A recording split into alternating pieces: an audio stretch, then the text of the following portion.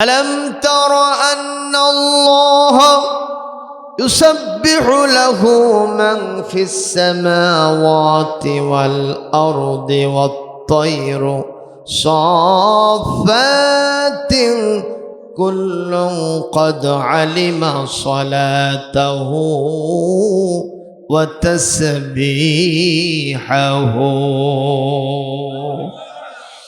আল্লাহ তোমারে ধরার মাঝে কত জানা অজানা সৃষ্টি আছে।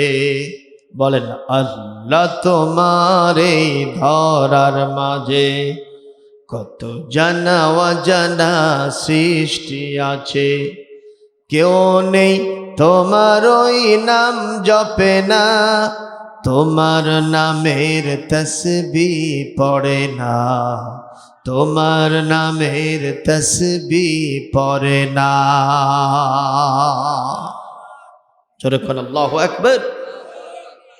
আমার আল্লাহর প্রশংসা শুধু আমি আর আপনি করছি এমনটা মনে করবেন না। আসমান জমিনে যত জানদার আছে, যত সৃষ্টিজীব আছে, আওয়াজ দিয়ে বলুন যার গোলামি করে তিনি কে? হযরত সুলাইমান আলাইহিস সালামের নাম শুনছেন? আল্লাহ রাব্বুল আলামিনের কাছে একদিন জিজ্ঞেস করলেন, আল্লাহ আমি কি আপনার পক্ষ থেকে একটা পাওয়ার পেতে পারি, একটা ক্ষমতা লাভ করতে পারি? আল্লাহ বললেন, সুলাইমান কি ক্ষমতা চাও? বলে আমি একটা দিন একটু আপনার সব সৃষ্টিজীবকে নিয়ে জনসভা করব, আর সেখানে প্রধান বক্তা হিসেবে আমি ওয়াজ করব। মারহাবা কোন? সব সৃষ্টিজীব হলো শ্রোতা, আর বক্তা যিনি তিনি কে? আরো জোরে কোন? আমাদের শ্রোতা কি গরুরা হয়, মহিষ হয়, হাঁস মুরগি হয়, জিনেরা হয়? আমাদের শ্রোতা হয় মানুষেরা। কথা কোন ঠিক না বেঠিক? তারপরে এমন কিছু মানুষ আছে যাদের কানে আমাদের কথাগুলি ঢোকেও না, দেখে মনে হয় ও হলো ঠসা, অথচ টুন্নুস করে একটা শব্দ হলে তাও শুনতে পায়।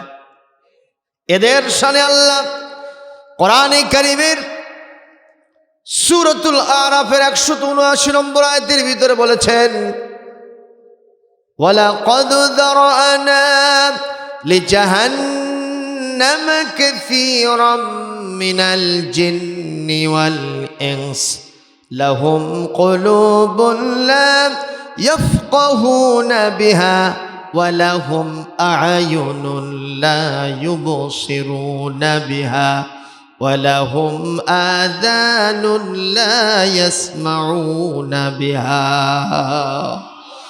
أولئك كالأنعام بل هم أضل أولئك هم الغافلون। একটু জোরে বলতে হবে আল্লাহু আকবার। আল্লাহ রাব্বুল আলামিন বলেন, যেই সব মানুষগুলি, শুনতেছেন, চোখ থাকতেই আমার কোরআনের মাহফিল দেখে না, কান থাকতে আমার কোরআনের মাহফিলের কথা শোনে না, অন্তর থাকতে আমার কোরআনের মাহফিলে আলেম ওলামা যে সমস্ত কথাগুলি বলে এই কথাগুলি বোঝার চেষ্টা করে না, এরা হলো চতুষ্পদ জানোয়ারের মতো, গরুর মতো, মহিষের মতো, উর্দুম্বা ভেড়া বকরির মতো। কথা কোন ঠিক না বেঠিক? আরো জোরে বলুন ঠিক না বেঠিক? আল্লাহ রাব্বুল আলামিন বলেন, বালহুম আদাল, চতুষ্পদ জানোয়ারও তাও মনিবের হর ডান বাম শোনে। কথা কোন? আপনি যখন গরু দিয়ে হাল বইছেন, মহিষ দিয়ে যখন গাড়ি টানছেন, তখন কি ডান বাম বোঝে নাই ওরা? কথা কোন না কেন? কিন্তু এরা আমার এমন বান্দা, আমার দ অক্সিজেন গ্রহণ করে, আমার দ বৃষ্টির পানি দিয়ে জমিনে ফসল ফলায়। কথা কন না কেন? আমি আল্লাহ পাক নিজেই জমিন থেকে ফসল উৎপাদন করি, আমি আল্লাহ পাক তাদের সমস্ত চাহিদা পূরণ করে থাকি, আমার কথা তাদের অন্তরের মধ্যে ঢোকে না। আল্লাহ পাক বলেন, চতুষ্পদ জানোয়ারের চাইতেও এই মানুষগুলি আমার কাছে অনেক নিকৃষ্ট, এরা হলো গাফেল অমনোযোগী। আমি আল্লাহ পাক বললাম এদের জন্য জাহান্নাম ছাড়া আমি কিছুই রাখি নাই। চিৎকার দিয়ে বলেন নাউজুবিল্লাহ। আমরা কি এই জাতীয় লোকদের মধ্যে গণ্য হতে চাই? চাই? তাহলে শেষ পর্যন্ত মাহফিলে থাকার কোনো বিকল্প নাই। শেষ পর্যন্ত যারা থাকতে রাজি নাই তারা হাত তুলে দেখায়। কেউ কি আছেন? মাটিহাট গ্রামে সভা কয়টা হয়? গ্রামটা কি ছোট চাচা? অনেক বড়। অথচ কি আছে? হিন্দু আছে? হিন্দু বেশি? আচ্ছা, যাই হোক, কিন্তু তাই বলে কি মুসলমান এই কয়জন? এখানে যারা বসে আছেন তার ভিতরে অনেক আবার আত্মীয় স্বজন আছে, আশেপাশে গ্রাম থেকে আছে। আচ্ছা, একটা পরীক্ষা হোক দেখি, বাহিরের গ্রাম থেকে যারা আসছেন আত্মীয় স্বজন সহ, তারা একটু হাত তোলেন তো। আমি মাটিহাট গ্রামের লোকদের স্মরণ দিলাম না, আপনারা হাত তোলেন। ইতিমধ্যেই প্রমাণ হয়ে গেছে যে মাটিহাট থেকে কয়েকজন আসছে, হাত নামান। আলহামদুলিল্লাহ। প্রিয় উপস্থিতি, আপনারা কি কষ্ট পাচ্ছেন? এই লোকগুলি কি মাহফিলে আসার দরকার আছে না নাই? এদের শানিত আল্লাহ কথা বলছে যে এরা বাৎসরিক একটা মাহফিলের ইন্তজাম করলো, অথচ সেখানে আসলো না। আমরা কি বুঝবো এদের ভিতরে কোরআনের চাইতে গানের মর্যাদা বেশি হয়েছে? এই ময়দানে যদি আমি আব্দুল সালাম ওয়াজ না করে আমাদের মমতাজ ম্যাডাম আসতো, লোক তো এর অর্ধেক হতো না, তাই না চাচা? হালো হাল ছাড়তো, পোয়াতি সোল ছাড়তো। কথা কন না কেন? আজকে আমি শুরুতেই ওই আয়াতটাই তেলাওয়াত করছি যে আকর্ষণ কোনটার বেশি হতে হবে। আমার কাছে মনে হচ্ছে কোরআনের মাদ্রাসা আর কোরআনের মাহফিল, এই দুইটা যেন নূরুন আলা নূর, আলোর ওপরে আরেকটা আলো প্রতিষ্ঠিত হয়েছে। আর এই আলোর সন্ধান পেয়েছে তারা, ইমানের জন্য কবুলিয়াত পেয়েছে যারা। সুবহানাল্লাহ কোন? সুতরাং আজকের মাহফিলে যারা বাইরে আছেন, এতটুকুন অ্যারেঞ্জমেন্ট এতক্ষণ ভরে যাওয়ার কথা, ঠিক না ঠিক বল? ইনশাআল্লাহুল আজিজ আমরা আশা করছি যে মানুষগুলি আসেন নাই তারা শুভবুদ্ধির উদয় হবে এবং মাহফিলে এসে পৌঁছে যাবে। সুলাইমান আলাইহিস সালাম আল্লাহর কাছে আবেদন করলেন, আল্লাহ আমি সকলকে চাই, আমার এখানে পশু পাখি থাকবে, জিনেরা থাকবে, ও আল্লাহ আমি সকলের সামনে দাঁড়িয়ে এখানে ভাষণ দিব। আল্লাহ বললেন তোমার জন্য আমি ব্যবস্থাটাও করে দিব। মারহাবা কোন? কারণ নবীদের সাথে আল্লাহর নেটওয়ার্ক বিজি হয় না, দোয়া করতে দেরি হয়, কবুল হতে দেরি হয় না। সুবহানাল্লাহ জোরে বলবেন না? আমাদের নবী সেক্ষেত্রে কি নিচে ছিলেন না উঁচুতে ছিলেন? এই যে দেখুন না, আমার নবী যে মেরাজ করে আসলেন, কাফেরেরা পেছে পেছে ধরলো, তাই না? কথা কর না কেন? পেছে পেছে ধরলো যে তুমি যে বাইতুল মুকাদ্দাসে গেছো, উনি যে সাতবক আসমানে গেছেন এটা ওদের বিশ্বাস হচ্ছে না। ওই কাবা শরীফ থেকে বাইতুল মুকাদ্দাসে গেছে, এটাই আরো বেশি অবিশ্বাস তাদের। এটাই আষ্টনিষ্ঠ হয়ে গেছে এটা দেখে, এটাই তো আমরা মানি না, আর ওটা তো প্রশ্নই আসে না। আল্লাহ নবী বলেন না আমি গিয়েছি। সুবহানাল্লাহ। বলে তাহলে স্বপ্ন যোগে গেছো? বলেন না, বে আব্দিহি মানে আমার দেহ গেছে, আমার মনও গেছে। তার মানে বাস্তবে স্বপ্ন যোগে নয়, আমি জাগ্রত অবস্থায় আরশে আজিম ভ্রমণ করেছি। সুবহানাল্লাহ বলবেন না? বাইতুল মুকাদ্দাসে কি স্বপ্নে গেছো? বলে না, ওটাতেও আমি জাসাদ নিয়ে সশরীরে জাগ্রত অবস্থায় গেছি। মানাবো কর? বলতেছে তাহলে বলো তো বাইতুল মুকাদ্দাসের জানালা দরজা কয়টা? আল্লাহর নবী কি ওখানে জানলা দরজা গুনতে গেছে নাকি? জোরে কোন? সুতরাং নবীজির সেটা মনে নাই। বুখারীর হাদিসে আসছে লাম্মা কাযাবানি কুরাইশুন কুমতু ফিল হাজার, আল্লাহর নবী বলেন, হাজরাত আসওয়াদ ওই কাবার পাশে দাঁড়ায়া যখন আমি মেরাজের ঘটনা বলতেছিলাম, কুরাইশের নেতারা এসে আমাকে অস্বীকার করলো, আমার ব্যাপারে মিথ্যা আরোপ করলো, মিথ্যাবাদী বলল। এরপরে আমি আল্লাহর কাছে বললাম, আল্লাহ, আমি তো আপনার ইশারাতে ইঙ্গিতে আপনার ক্ষমতা বলে আমি কাবা থেকে বাইতুল মুকাদ্দাস সুদ্দার সপ্ত আসমান আরশে আজিম ভ্রমণ করে এসেছি। আপনি কি আমাকে তাদের সামনে লাজবাব করে দিবেন, অপমানিত করবেন? আল্লাহ পাক বলবেন, নবী হে, আমি আপনাকে কখনো অপমান করব না। আপনি কি চান সেটাই বলেন। সাল তুতা, আপনি যা চাইবেন, চাইতে দেরি আছে, আমার দিতে দেরি নাই। নবীজি বললেন, ইয়া আল্লাহ, ইয়া রাব্বাল আলামিন, আমি কি চাই আপনি তো দেখতেছেন। বলে কি? আমি তো বাইতুল মুকাদ্দাসের জানালা দরজা একটাও গুনি নাই। তাহলে কি করতে হবে একটু আমার সামনে তুলে ধরেন। ফাজাল্লাল্লাহু লিয়া বাইতুল মুকাদ্দাস, বাইতুল মুকাদ্দাস আমার সামনে জলজল করে চাক্ষুষ চোখের সামনে জিবরাইল আমিন মারফত তুলে ধরলেন। ফাতাফিকতু উখবিরহুম আন আয়াতি ওয়া আনা আনজুরু ইলাইহি, আমি দেখে দেখে তাদের সামনে বাইতুল মুকাদ্দাসের কয়টা জানালা, কয়টা দরজা সব পাই পাই করে হিসাব করে বলে দিয়েছি। একটু জোরে কোন আল্লাহু আকবার। এটা ছোটখাটো রিওয়ায়াত না, বুখারী শরীফের রিওয়ায়াত। আল্লাহু আকবার, জোরে কোন। সুতরাং আমার নবীজির দোয়া কি কখনো বিফলে যেত? বিফলে যেত না। এমন কি ওই মেরাজ নিয়ে ওরা বলতেছে, মোহাম্মদ, তুমি যদি সত্যি বাইতুল মুকাদ্দাসে গিয়ে থাকো, তাহলে একটু বলো তো, আমাদের কিছু সংখ্যক বাণিজ্য কাফেলার লোক তারা সিরিয়াতে গেছে ব্যবসা করতে। তুমি যে রাত্রিতে মেরাজ করছো, ইসরা করছো, ওই রাত্রিতেই তারা গেছে। যদি জাগ্রত অবস্থায় যেয়ে থাকো, সশরীরে যেয়ে থাকো, রাস্তার মধ্যে তাদের সাথে দেখা হওয়া উচিত, দেখা করার দরকার ছিল, দেখা হওয়া উচিত ছিল। দেখা হয়েছে কিনা বলো? আমার নবীজি বললেন, তাদের সাথে আমার দেখা হয়েছে। এবং আমি বলছি শুনুন, আমি যখন ওখান থেকে ফিরে আসি তখন তারা যাচ্ছিল। আমি দেখলাম তাদের যে কয়েকজন বাণিজ্য কাফেলার সদস্য যে উট নিয়ে যাচ্ছে, তার শুরুতে একটা লাল উট আছে, সেখানে এক বৃদ্ধ মানুষ বসে আছে। ওই উটের শাড়ি থেকে একটা উট তাদের হারিয়ে গিয়েছিল। আমি আবার সেটা অনুসন্ধান করে তাদেরকে বলে দিয়েছি। এবং আগামী বুধবার মাগরিবের আগেই, সূর্য অস্তমিত হওয়ার আগেই তারা মক্কায় পৌঁছে যাবে।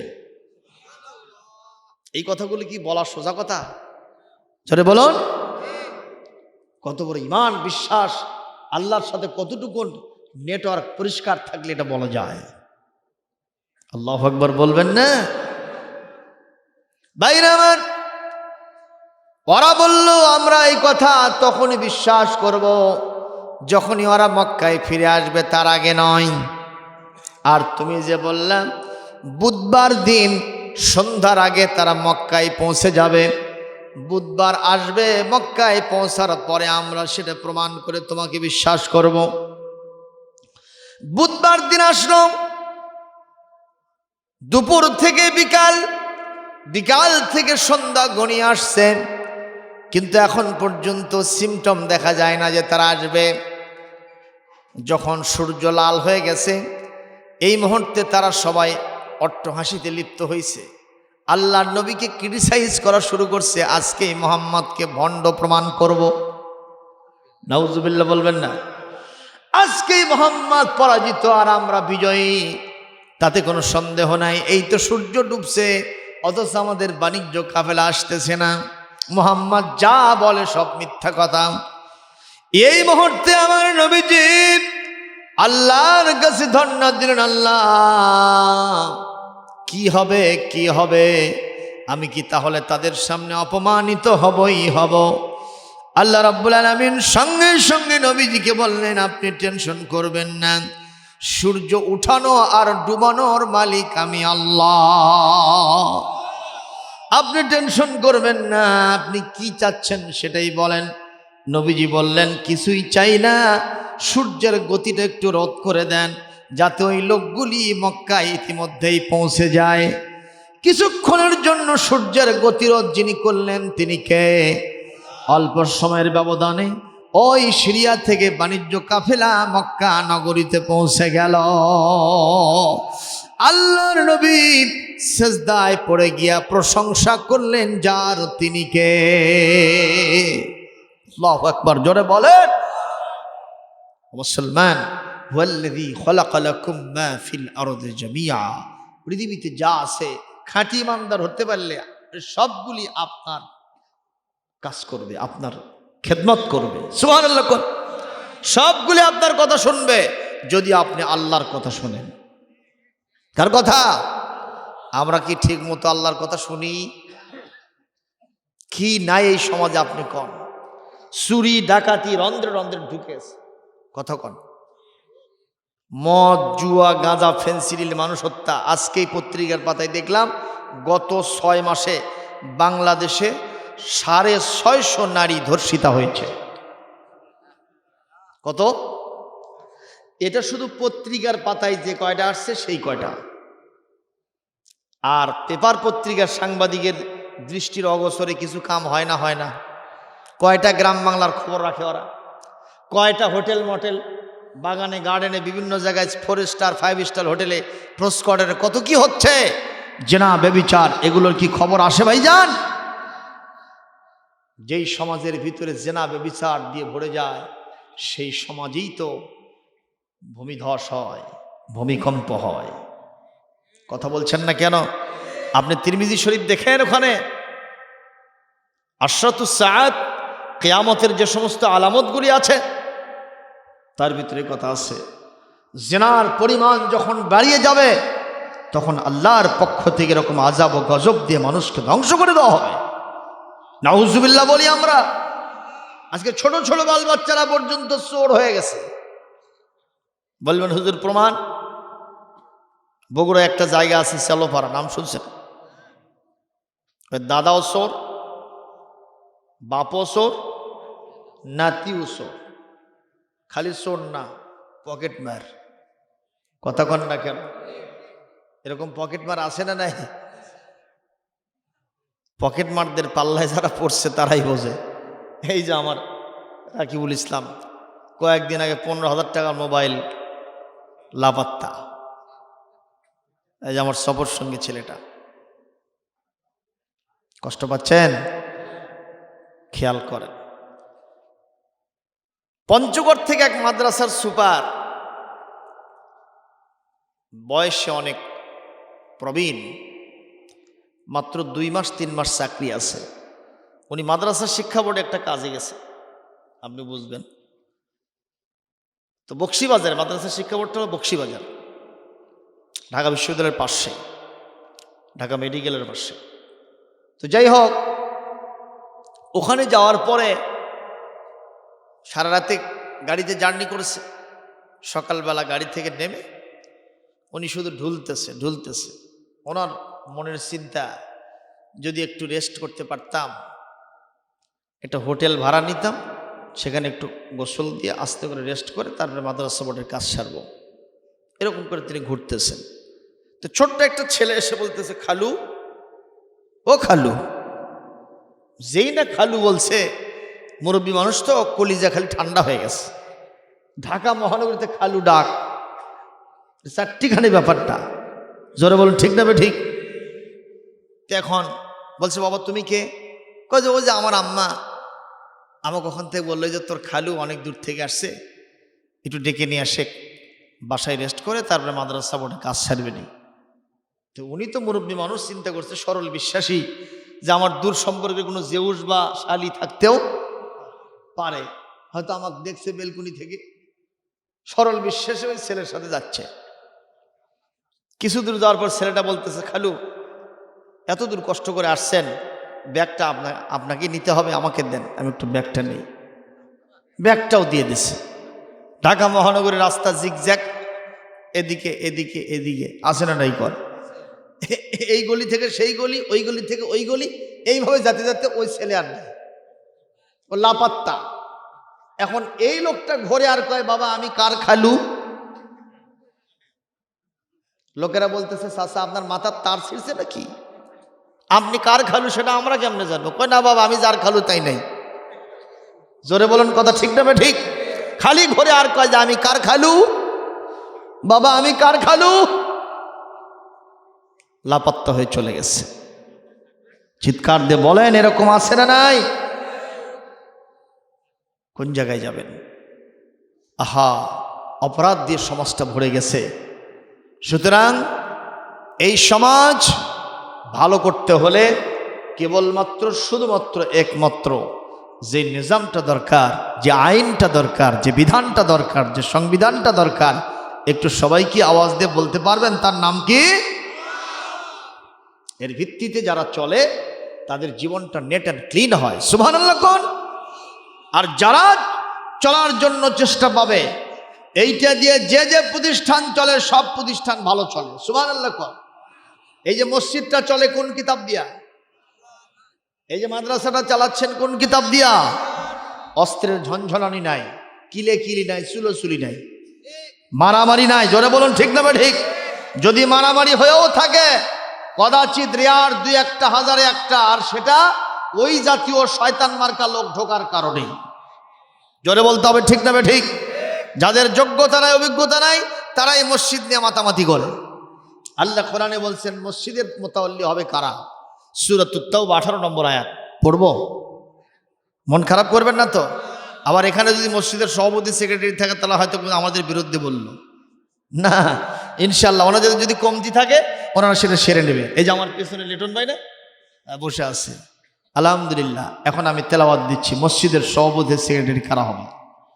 إنما يعمر مساجد الله من آمن بالله واليوم الآخر وأقام الصلاة وآتى الزكاة ولم يخش إلا الله فعسى أولئك أن يكونوا من المهتدين।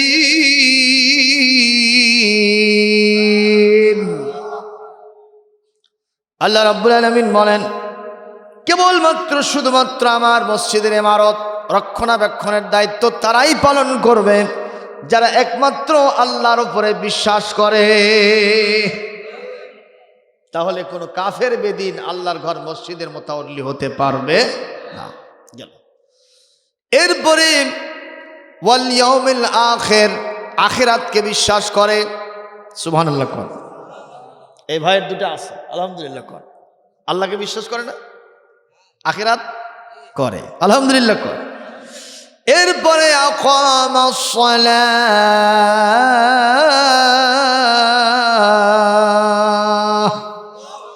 5 ওয়াক্ত নামাজ শুধু পড়ে না, কায়েম করে। সুবহানাল্লাহ কোন? কয় ওয়াক্ত? 5 ওয়াক্ত নামাজ কায়েম করে। আর আমাদের দেশের অধিকাংশ মসজিদের যারা মুতাওয়াল্লি হয়, সভাপতি হয়, তারা 5 ওয়াক্ত তো দূরের কথা, জুমার নামাজও তো যাওয়ার টাইম পায় না। এরকম আছে না নাই? বগুড়া শহরে এক সময় একজন ব্যক্তি সিনেমা হল কমিটির সভাপতি, উনি আবার মসজিদেরও সভাপতি ছিল। একজন সুবহানাল্লাহ কই ফেলছে, জোরে নাউজুবিল্লাহ দিবেন না? ও তো নামাজই পড়ে না, ওর বেটা আর নাতি ওরা অজুই বোঝে না। ঠিক না বে ঠিক কর? এক মসজিদের ঘটনা শুনলাম, মাগরিবের নামাজের আজান হয়েছে। কোন নামাজ?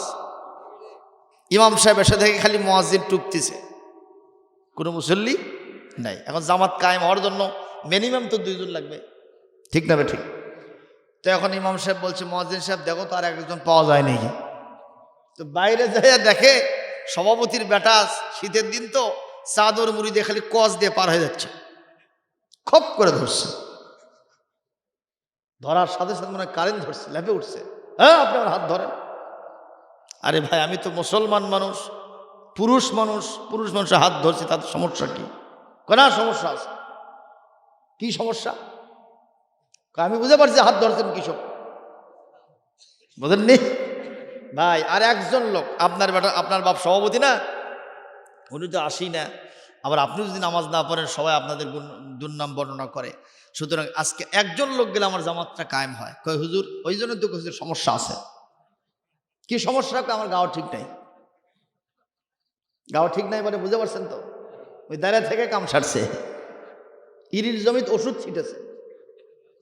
যারা দাঁড়িয়ে থেকে প্রসব করে তারা ওই যে ইরির জমিতে যেরকম স্প্রে করে না, ওই কাম করছে। তো মুয়াজ্জিন সাহেব বলতেছে, হুজুর সভাপতি সাহেবের ছেলে বল্টু ভাই, এতে কোনো সমস্যা নাই, আপনি বুঝতে পারছি আমি যে আপনি দাঁড়িয়ে থেকে প্রসাব করছেন, চলেন কোন জায়গায় প্রসাব বসছে ওই যে অজুখানাত বসে থেকে সুন্দর করে খলখল করে ধুয়ে নেন, সমস্যা নেই। কয় জানা হুজুর আরো সমস্যা আছে। কি? আমার কাপড় ঠিক নাই, মানে কাপড় ভরছে। মুয়াজ্জিন সাহেব বলতেছে আপনার কাপড় ঠিক হওয়ার জন্য পানি দরকার, কোন জায়গায় লাগছে ওইটা সুন্দর করে ধুয়ে নেবেন, আপনার কোনো টেনশন থাকবে না। কয় যে হুজুর আরো সমস্যা আছে। কয় কি?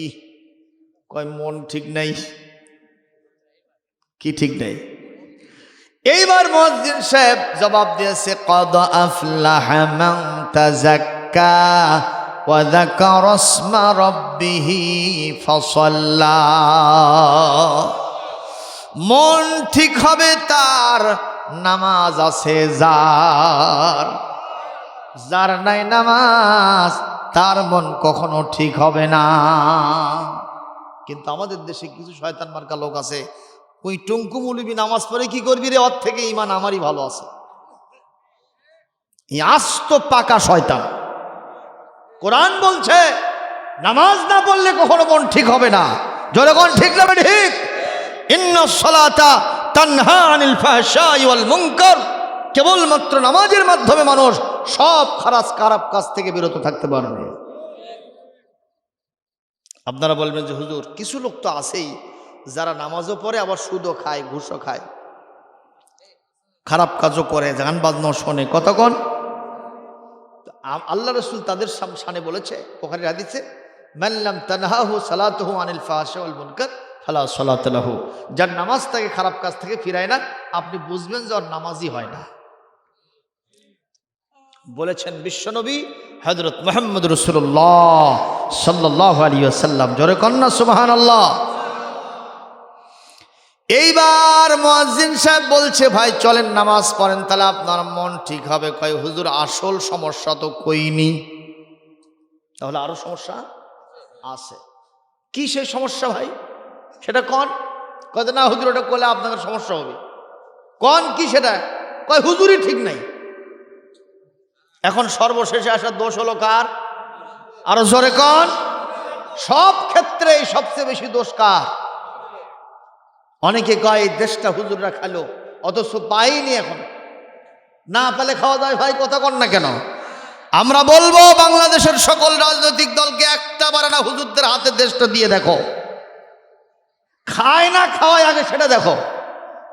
কি আপনারা কি ওই সব লোকের পক্ষে নাকি?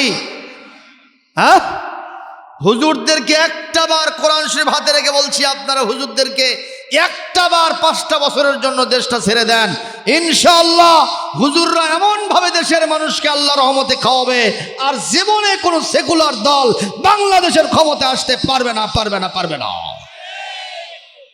জোরে বলুন কথা ঠিক কিনা? সমস্যা তো হুজুরদেরও একটাই। বলছে যত দোষ নন্দ ঘোষ, সত্যটা বললেই দোষ। যত দোষ নন্দ ঘোষ, সত্যটা বললেই দোষ। করলে অন্যায়ের প্রতিবাদ, নামটা হবে তোমার মৌলবাদ। ওই পেন্টাগনে হামলা হলো, দোষীকে না চেনা গেল। পেন্টাগনে হামলা হলো, দোষীকে না চেনা গেল। মুসলমানদের করে দোষী দিল অপবাদ, নামটা হবে তোমার মৌলবাদ। ঠিক না বে ঠিক কন? ভাইরা আমার, আপনাদের সামনে যে কথাগুলি আমি বলতেছিলাম, সুলাইমান আলাইহিস সালাম তাদের সামনে বক্তব্য রাখবেন। জি, সেক্ষেত্রে বলতেছিলাম যে আমাদের নবীর মর্যাদা ওনার চাইতে বেশি না কম? আল্লাহর কাছে যা মায়না ধরতেন এতটুকু দেরি হতো না, কবুল হয়ে যেত। কারণ নবীরা ছিলেন মুস্তাজাবুদ দাওয়াত, তাদের দোয়া আল্লাহর কাছে কারেন্টের মতো কবুল হয়ে যায়। আলহামদুলিল্লাহ, জোরে বলেন। ভাইরা আমার, কোন কথাই নিয়ে আসলাম? হযরত সুলাইমান আলাইহিস সালাম এবার তিনি বক্তব্য রাখা শুরু করেছেন। ফালাম্মা আতাউ আলা ওয়াদিন নামলি ক্বালাত নামলাতুন ইয়া আইয়ুহান নামলু দুখুলু মাসাকিনাকুম লা ইয়াহতিমান্নাকুম সুলাইমান ওয়া জুনুদুহু ওহুম লা ইয়াশউরুন। কোরআনে কারীমের সূরাতুন নামল 17 নম্বর আয়াত আল্লাহ পাক বলেন, সুলাইমান আলাইহিস সালাম যখন বক্তব্য রাখা শুরু করবেন, তিনি তাকায় দেখলেন একদল পিপিলিকা, দুনিয়ার ছোট প্রাণী। মারহাবা কোন?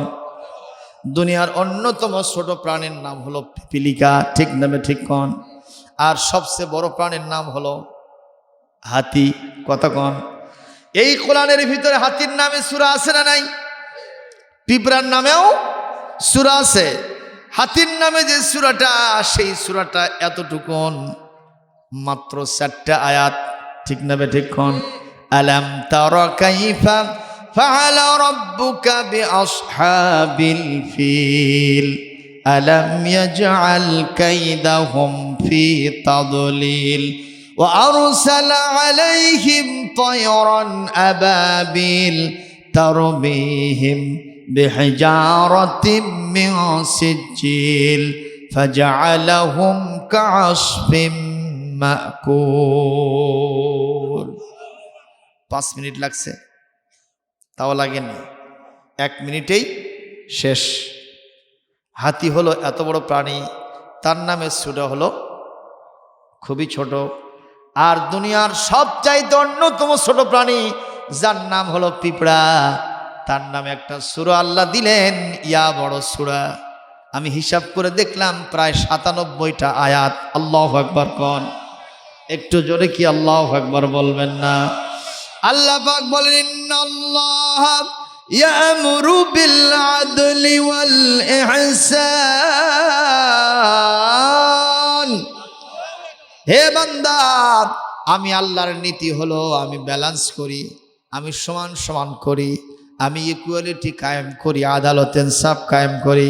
আমি এক জায়গায় হাতিকে বড় বানাইছি, আর এক জায়গায় ওই হিরো মার্কা হাতিকে জেরো বানায়া, আর জেরো মার্কা পিঁপড়াকে আমি হিরো বানাইছি, যাতে কেউ কাউকে দেখে মাতবাড়ি দেখাতে না পারে। আল্লাহু আকবার কোন না? ও মুসলমান, ক্ষমতায় যারা যায় তারা বিরোধী দলের উপরে একটু চোখ রাঙায় কিনা? কথা কন না কেন? অন্যদেরকে কোনো প্রকারের টাইমই দিতে চায় না, কিন্তু আল্লাহ পাক বলেন ক্ষমতা তো তোমার হাতে না। কুলিল্লাহুম্মা মালিকাল মুলকি তুতিল মুলকা মান তাশাউ ওয়া তানজিউল মুলকা মিম্মান তাশা। আমি যাকে ইচ্ছা তাকে ক্ষমতা দেই, আবার যাকে ইচ্ছা তাকে ওইখান থেকে থাপ্পড় দিয়ে নামায়া রাস্তা থেকে ভিখারিকে ওখানে বসায়া আবার ক্ষমতাবান বানায়। কার হাতে? কার হাতে?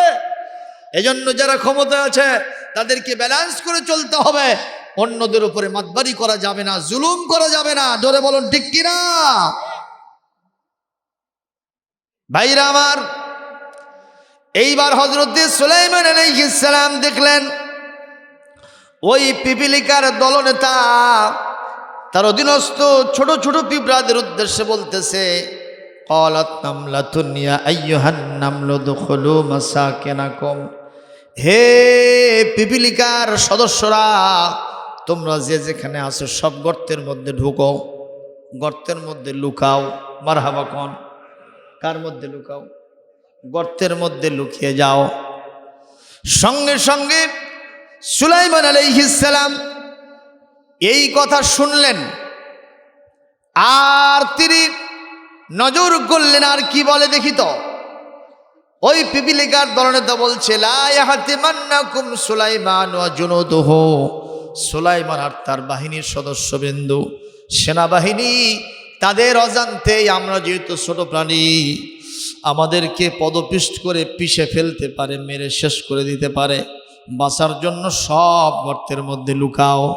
সুলাইমান আলাইহিস সালাম এই কথাগুলি শুনতে পেলেন এবং তিনি মুস্কি হাসি দিয়া আল্লাহর শুকরিয়া আদায় করলে।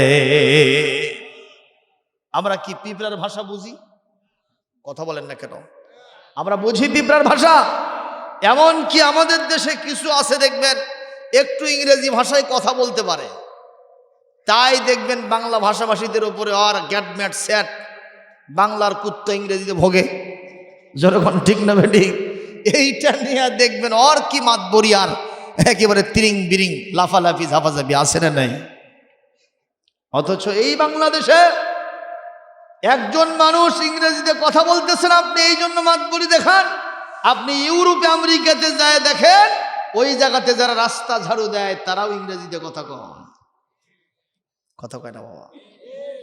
তাই বলে কি ঝাড়ুদারের মর্যাদা বেড়ে গেছে নাকি? আবার আমাদের দেশে আমরা এমন হুজুর আছি যারা হয়তো সিয়াসাত্তা কিতাব উর্দু দিয়ে ফার্সি দিয়ে পড়তে পারি, একটু আরবি দিয়ে অনুবাদ করতে পারি, আমি একটু আরবি দিয়ে মহাবারা হেওয়ার, একটু মোকালামা, একটু একে অপরে ডায়ালগ করতে পারি, কথা বলতে পারি। এই না দেখা উনি বিরাট মুফতি আজম সেজে গেছে। কতক্ষণ অন্যদেরকে টাইমই দেয় না, আমি বড় আলেম আর সবগুলো নিছো, আমি আমার মতন, অন্যরা সব অন্যরকম, এইরকম চিন্তা ভাবনা করে কি করে না? অথচ সৌদি আরবে যান, যারা জুতো সেলাই করতেছে তারাও আরবি দিয়ে কথা বলতেছে। সুতরাং আপনি আরবি জানেন জন্য আপনার তো কোনো মর্যাদা নাই। দেখেন না, সুলাইমান আলাইহিস সালাম তিনি পিঁপড়ার ভাষা বুঝতে পেরেছেন, তাহলে তার পাওয়ারটা বেশি না কম? ক্ষমতা বেশি না কম? কিন্তু উনি বুঝতে পেরেছেন this is my god gifted, এটা আমার কিছু না, এটা মহান আল্লাহ আমাকে দিয়েছেন। আমি যদি তার শুকরিয়া আদায় করি তাহলে উনি আমাকে আরো বাড়ায় দিবেন। সঙ্গে সঙ্গে তিনি বললেন রব্বি আউজি'নি আন আশকুরা নি'মাতাকা আল্লাতী আন'আমতা আলাইয়া ওয়া আলা ওয়ালিদাইয়া ওয়া আন আ'মালা সালিহান তারদাহু ওয়া আদখিলনি বিরহমাতিকা ফি ইবাদিকা সালিহিন। একটু জোরে আল্লাহু আকবার বলতে হবে। ও মুসলমান জবাব দেন, এগুলো কি আমার কথা না কোরআনের কথা? আজকে কোরআনের মাহফিলে আসছেন, কোরআনের মাদ্রাসায় কোরআন ছাড়া কোনো কথা শোনা যাবে না। হাবি যাবি কিচ্ছা কাহিনী কোরআনের মাহফিলে চলবে না। জোরে কোন ঠিক না বেঠিক? ইনশাআল্লাহ যতক্ষণ বলবো সব কোরআন থেকে বলবো। আল্লাহ যেন তৌফিক দান করেন, জোরে বলি আমিন। কষ্ট হচ্ছে নাকি? বুঝতে সমস্যা হয়? ও মুসলমান খুব নজর করে কথা শোনেন। হযরত সুলাইমান আলাইহিস সালাম বলেন আল্লাহ কি একটা ক্ষমতা আপনি আমাকে দান করেছেন। পাখির ভাষা আমি বুঝি, পিঁপড়ার ভাষা আমি বুঝি, বাতাস আমার অর্ডারে চলে। আমি যদি বাতাসকে বলি আমার বিরাট সিংহাসন সকালবেলা 1 মাসের রাস্তা নিয়ে যায়, বিকেলবেলা আর 1 মাসের রাস্তা নিয়ে যায়। সুতরাং আমাকে আর আমার আব্বাকে আপনি যত বড় নিয়ামত দিয়েছেন এটার যেন ঠিক মতো শুকরিয়া আদায় করতে পারি, আপনি আমাকে আমার আব্বাকে তৌফিক দান করেন। আর যত ভালো মানুষ আছে সবগুলোর মধ্যে আমাদেরকে দাখিল করে নেন। জোরে বলেন না সুবহানাল্লাহ। কত বড় ক্ষমতা হযরত সুলাইমান আলাইহিস সালামের। একদিন তিনি, এই তো বিরাট ঘটনা এখানে, শুনতে পেলেন হুদহুদ পাখির মাধ্যমে। কোন পাখি? দেখেন তার সমাবেশে সব আছে কিন্তু হুদহুদ পাখি নাই। হুদহুদ খুব বড় পাখি না, ছোট্ট পুচকে হুদহুদ। আপনি বলতে পারেন কাঠঠোকরা। আমাদের দেশে কাঠঠোকরা আছে? হ্যাঁ, এই সারি কাঠগুলো যেগুলো আছে ঠুক ঠুক করতে করতে এফর অপর করে ফেলে। কতক্ষণ এদিক থেকে ওদিকে একেবারে স্যাত করে ফেলে, অথচ করাত দিয়ে কাটবেন দেখবেন হিমশিম খেয়ে যায় করতেরা, আছে না?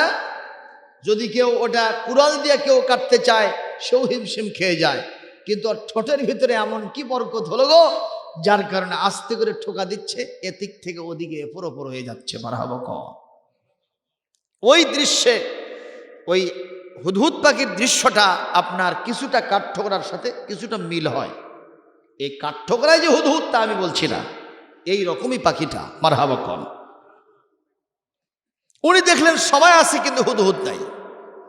চিন্তা করলেন, কেরে আমার বক্তব্য শুরু হবে, সবাই উপস্থিত থাকলো কিন্তু হুদহুদ পাখি নাই কেন?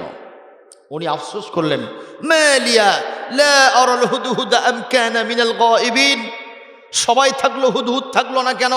সে কি আমার প্রতি অহংকার প্রদর্শন করে মাতবরি দেখায় আমার কাছ থেকে অ্যাবসেন্ট থাকলো?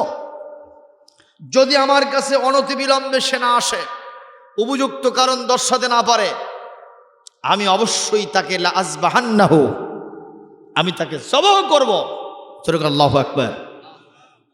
অথবা উপযুক্ত কারণ দর্শাবে, দুইটার একটা হতে হবে, নচেত আমি ওর অবস্থা চূড়ান্ত করে দেব। উনি কেবলই বসে আছেন, সামান্য একটু সময় ওয়েট করেছেন, সা করে হুদহুদ এসে তাকে সালাম দিয়েছে। সুবহানাল্লাহ। বলছে, আহাত্তু বিমা লাম তুহিত বিহি। সুলাইমান, আপনার কথা অনুযায়ী বাতাস চলে, আপনার কথা অনুযায়ী জিনেরা চলে, আপনার কথা অনুযায়ী মানুষ চলে, আপনি পিঁপড়ার ভাষা বোঝেন, আপনার অনেক ক্ষমতা, কিন্তু এমন কিছু জ্ঞান আমি অর্জন করে এসেছি যেটা আপনি জানেন না। জোরে আল্লাহু আকবার কবেন না?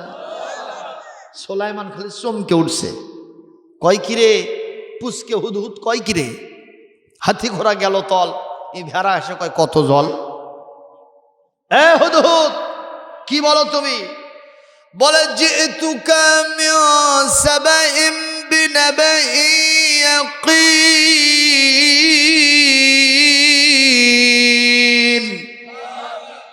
আমি ইয়ামানের রাজধানী সানা থেকে 3 মাইল দূরে সাবা রাজ্য থেকে এসেছি। ওয়াজাদতু ইমরাআতান তামলিকুহুম ওয়া লাহা আরশুন আযীম।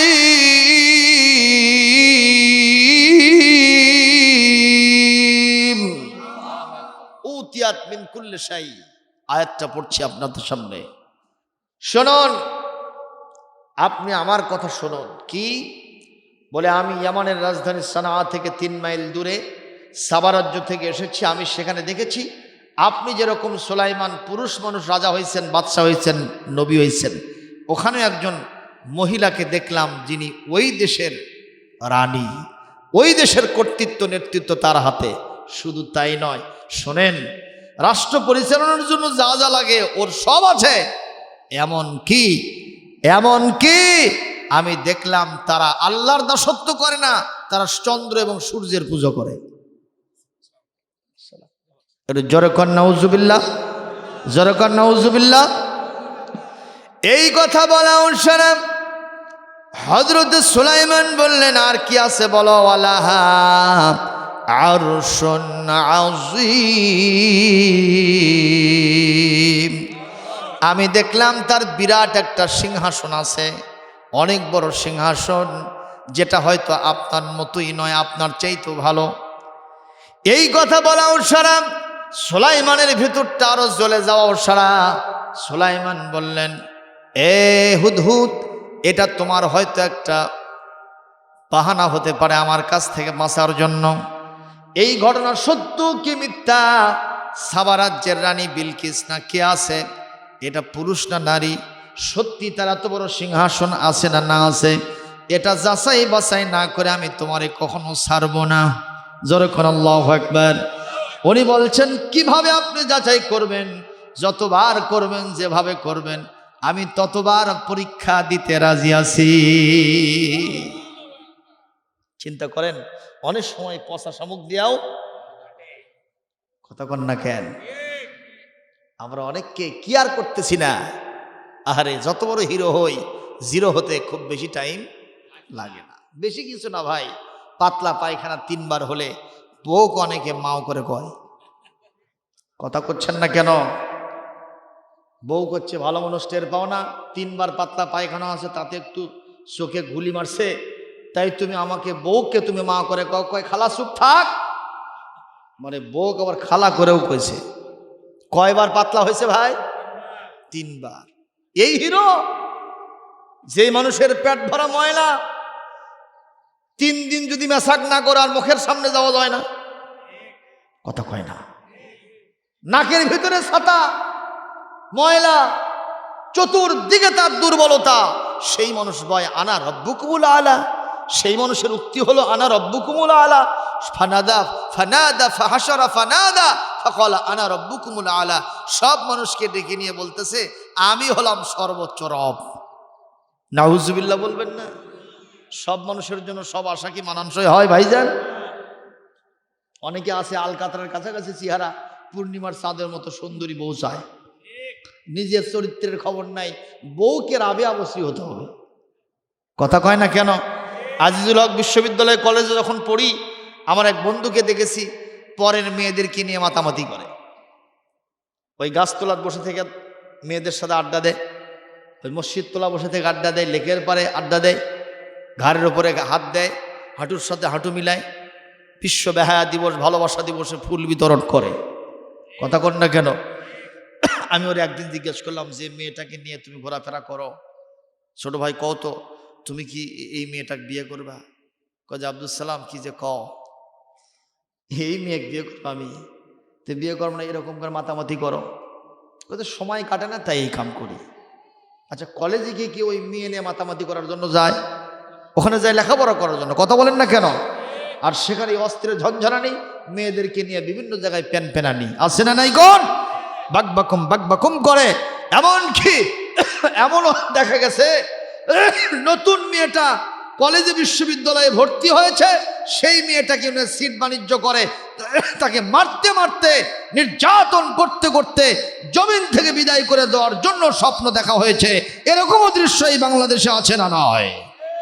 একটাই মাত্র কারণ, আল্লাহ রসুল বলেছেন ইন্নাল্লাযী লাইসা ফি জাওফিহি শাইয়্যুম মিনাল কোরআন কাল বাইতুল খরিব। যেই সিনার ভিতরে কোরআন নাই, ওই সিনাটা হলো একটা সারা বাড়ির মতো। সারা বাড়িতে মানুষ থাকে না, কিন্তু সেখানে সাপ থাকে। কথা কয় না?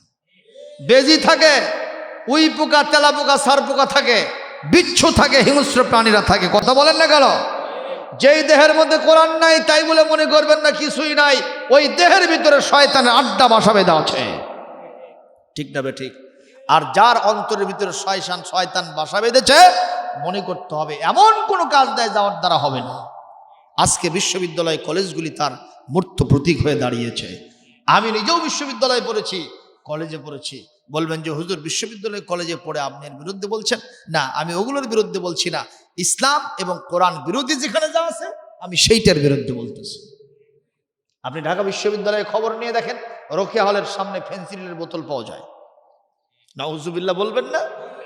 তার মানে বোঝা যায় বিশ্ববিদ্যালয়ের ছেলেরা মেয়েরা পর্যন্ত ফেন্সিডিল সেবন করে। এটা কি আপনাদের মাটিহাঁস হাফিজি মাদ্রাসায় পাওয়া যাবে? আমার জোড়া মাদ্রাসায় পাওয়া যাবে? ইতিহাস বিরল হয়ে যাবে, ম্লান হয়ে যাবে, কখনো সম্ভব হবে না। কারণ আল্লাহ পাক বলেছেন ইন্না হাদাল কোরআন ইয়াহদি লিল্লাতি হিয়া আকওয়াম। এই কোরআন এমন একটা রাস্তা দেখায় যার লাস্ট ডেস্টিনেশন হলো জান্নাতুল ফিরদাউস। এদের জীবনে কোনো খারাপই থাকবে না। লিতুখরিজান নাস মিনাজ যুলুমাতি ইলান নূর, অন্ধকার সমূহ থেকে আলোর দিশা দেখানোর জন্য আল্লাহ পাক পৃথিবীতে যে গ্রন্থ পাঠিয়েছেন তার নাম কি? সুতরাং এটাই এখন দরকার। ঠিক না বে ঠিক? বলতে হবে এটাই এখন দরকার। জোরে বলুন ঠিক কিনা? কোরআন দিয়ে এই সমাজটা চলুক। যারা যারা চান দুহাত তুলে আল্লাহকে এই মুহূর্তে দেখায় দেন।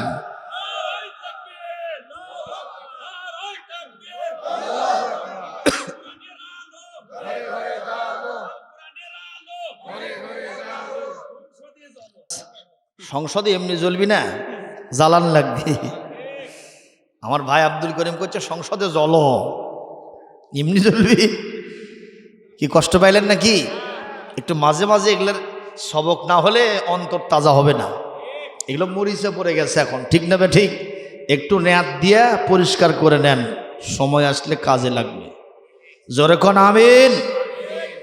ভাইরা আমার, এই মুহূর্তে সুলাইমান আলাইহিস সালাম বললেন, তুমি পুষ্কা হুদহুদ, তুমি এত বড় খবর কেমনে রাখো? আমি অবশ্যই পরীক্ষা না করে, যাচাই বাছাই না করে তোমাকে ছাড়ব না। বলে কিভাবে পরীক্ষা করবেন? যখন করবেন, যেভাবে করবেন আমি সেটাতেই রাজি আছি। বলেন মারহাবা। বলে ছোট্ট একটা কাজ করব, ইযহাব বিকিতাবি হাদা, তুমি যে রানী বিলকিসের কথা বলছো, ওই রানী বিলকিসের কাছে আমি একটা চিঠি লিখব। যদি সত্যি রানী বিলকিস থেকে থাকে, তুমি তার কাছে আমার এই চিঠিটা পৌঁছে দেবা। মারহাবা বলবেন না? সুলাইমান একটু তুচ্ছ তাচ্ছিল্য ভরে বলতেছে যে সম্ভবত আমার হাতের মার থেকে ওই বাঁচার জন্য এগুলো সব অজুহাত দেখাচ্ছে। এটা কঠিন কাজ দিছে। যদি সত্যি ও থেকে থাকে, আমার এই চিঠিটা তুমি তোমার ঠোঁটের ভিতরে বহন করে নিয়ে গিয়ে ওখানে দিয়ে দিবা। বলছে ঠিক আছে, আপনি লেখেন। চিঠি উনি লিখেছেন। এত বড় চিঠি না, চিঠির ভাষা অত্যন্ত সংক্ষিপ্ত, অত্যন্ত। এত বড় চিঠি না। আমাদের দেশের ছেলেরা যখন চিঠি লিখতো আগে, এখন তো আর চিঠি লেখার কারবার নাই, এখন খালি হ্যালো কথা কোন। আর রাতের গভীরে ওই মেসেঞ্জারের সাথে মেসেঞ্জার, হ্যাঁ, ইন্টারনেটে দেখবেন ইমোর সাথে ইমো, তারপরে কি আছে হোয়াটসঅ্যাপ, এগুলোর মাধ্যমে যোগাযোগ চলতেছে। এটা অন্যরা কেউ বোঝেই না, ঠিক না? ঠিক কন, কে বলতেছে বোঝে না? আপনার লাতি কয়েন যেরকম, ঠিক না? ঠিক। আপনার ছোট যে লাতি, কেবল 3 বছর বয়স, ওকে বলেন, কথা বলেন, কোন তালে আছেন আপনি? ভাইরা আমার, চিঠির ভাষা খুবই সংক্ষিপ্ত।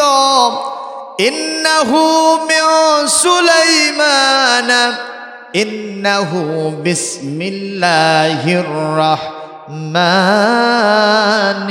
রাহিম, আল্লা তা'লু আলাইয়া ওয়া আতুনি মুসলিমিন। চিঠি শেষ। মারহাবা কোন। ছোট করে লিখলে চিনতে পারে, আর এতগুলো লিখবেন আপনার কোনো ভাবিত্তি থাকবে না, সব ভ্যার ভ্যার করে ফেলবে।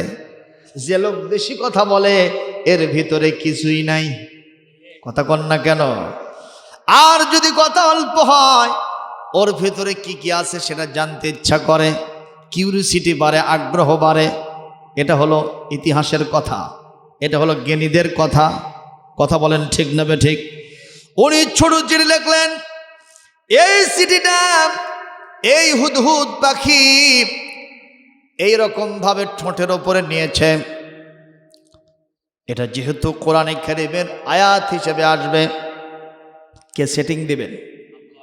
আল্লাহ বলছেন, এ হুদহুদ, তুমি আমার কোরআনে কারীমের চিঠি তোমার ঠোঁট দিয়ে যেহেতু বহন করেছ, আমি তোমার ঠোঁটের মধ্যে এমন একটা বরকত দিব, এমন একটা ধারালো ভাব দিব, এমন একটা শক্তি দিব, আধুনিক যুগের ড্রিল মেশিন পর্যন্ত ফেল হয়ে যাবে। এই জন্যই তো কাঠঠোকরা খালি ঠুকঠুক করার সাথে সাথে শাড়ি কাঠ পর্যন্ত এফর অফর হয়ে যায় কোরআনের বরকতে। মারহাবা কর। এই মাদ্রাসায় ছোট্ট ছোট্ট সোনামণিরা যেই কিতাবটা মুখস্থ করে তার নাম কি? এটা যাদের মধ্যে চলে যায় তারা এক একজন নরসর্দুলে পরিণত হয়ে যায়। আপাত দৃষ্টিতে বলবো, একই গাছের কাঠ দিয়া জানালা বানাইলেন, দরজা বানাইলেন, ফার্নিচার বানাইলেন, সোফা সেট বানাইলেন, চেয়ার টেবিল বানাইলেন, ওয়ার্ড্রপ বানালেন, ড্রেসিং টেবিল বানালেন, বানাই কি বানাই না? আবার ওই গাছের কাঠের একটা টুকরো দিয়া কোরআন শরীফ পড়ার জন্য একটা রেহাল বানালেন। ওগুলো যত দাম দিয়ে বানাইছেন, একটা রেহালের দাম কি তার চেয়ে বেশি? কর। কিন্তু ওই কাঠের টুকরা দিয়ে কোরআনের রেহাল বানানোর কারণে যতগুলো ফার্নিচার বানাইছেন আক্ষরিক অর্থে আভ্যন্তরীণ দৃষ্টিতে একটু হিউম্যানিটি দিয়া চিন্তা করেন তো, দাম কি ওইগুলার বেশি না ওই রেহালের বেশি? ওগুলো সব আপনি পা দিয়ে লাথি মারবেন, কিছু আসে যাবে না, ঠিক না ঠিক? কিন্তু এই কাষ্ঠখণ্ড দিয়ে আপনি রেহাল বানাইছেন, একজন হিন্দু মানুষও তার মন চাইবে না ওখানে একটা লাথি মারি। কত বড় মর্যাদা!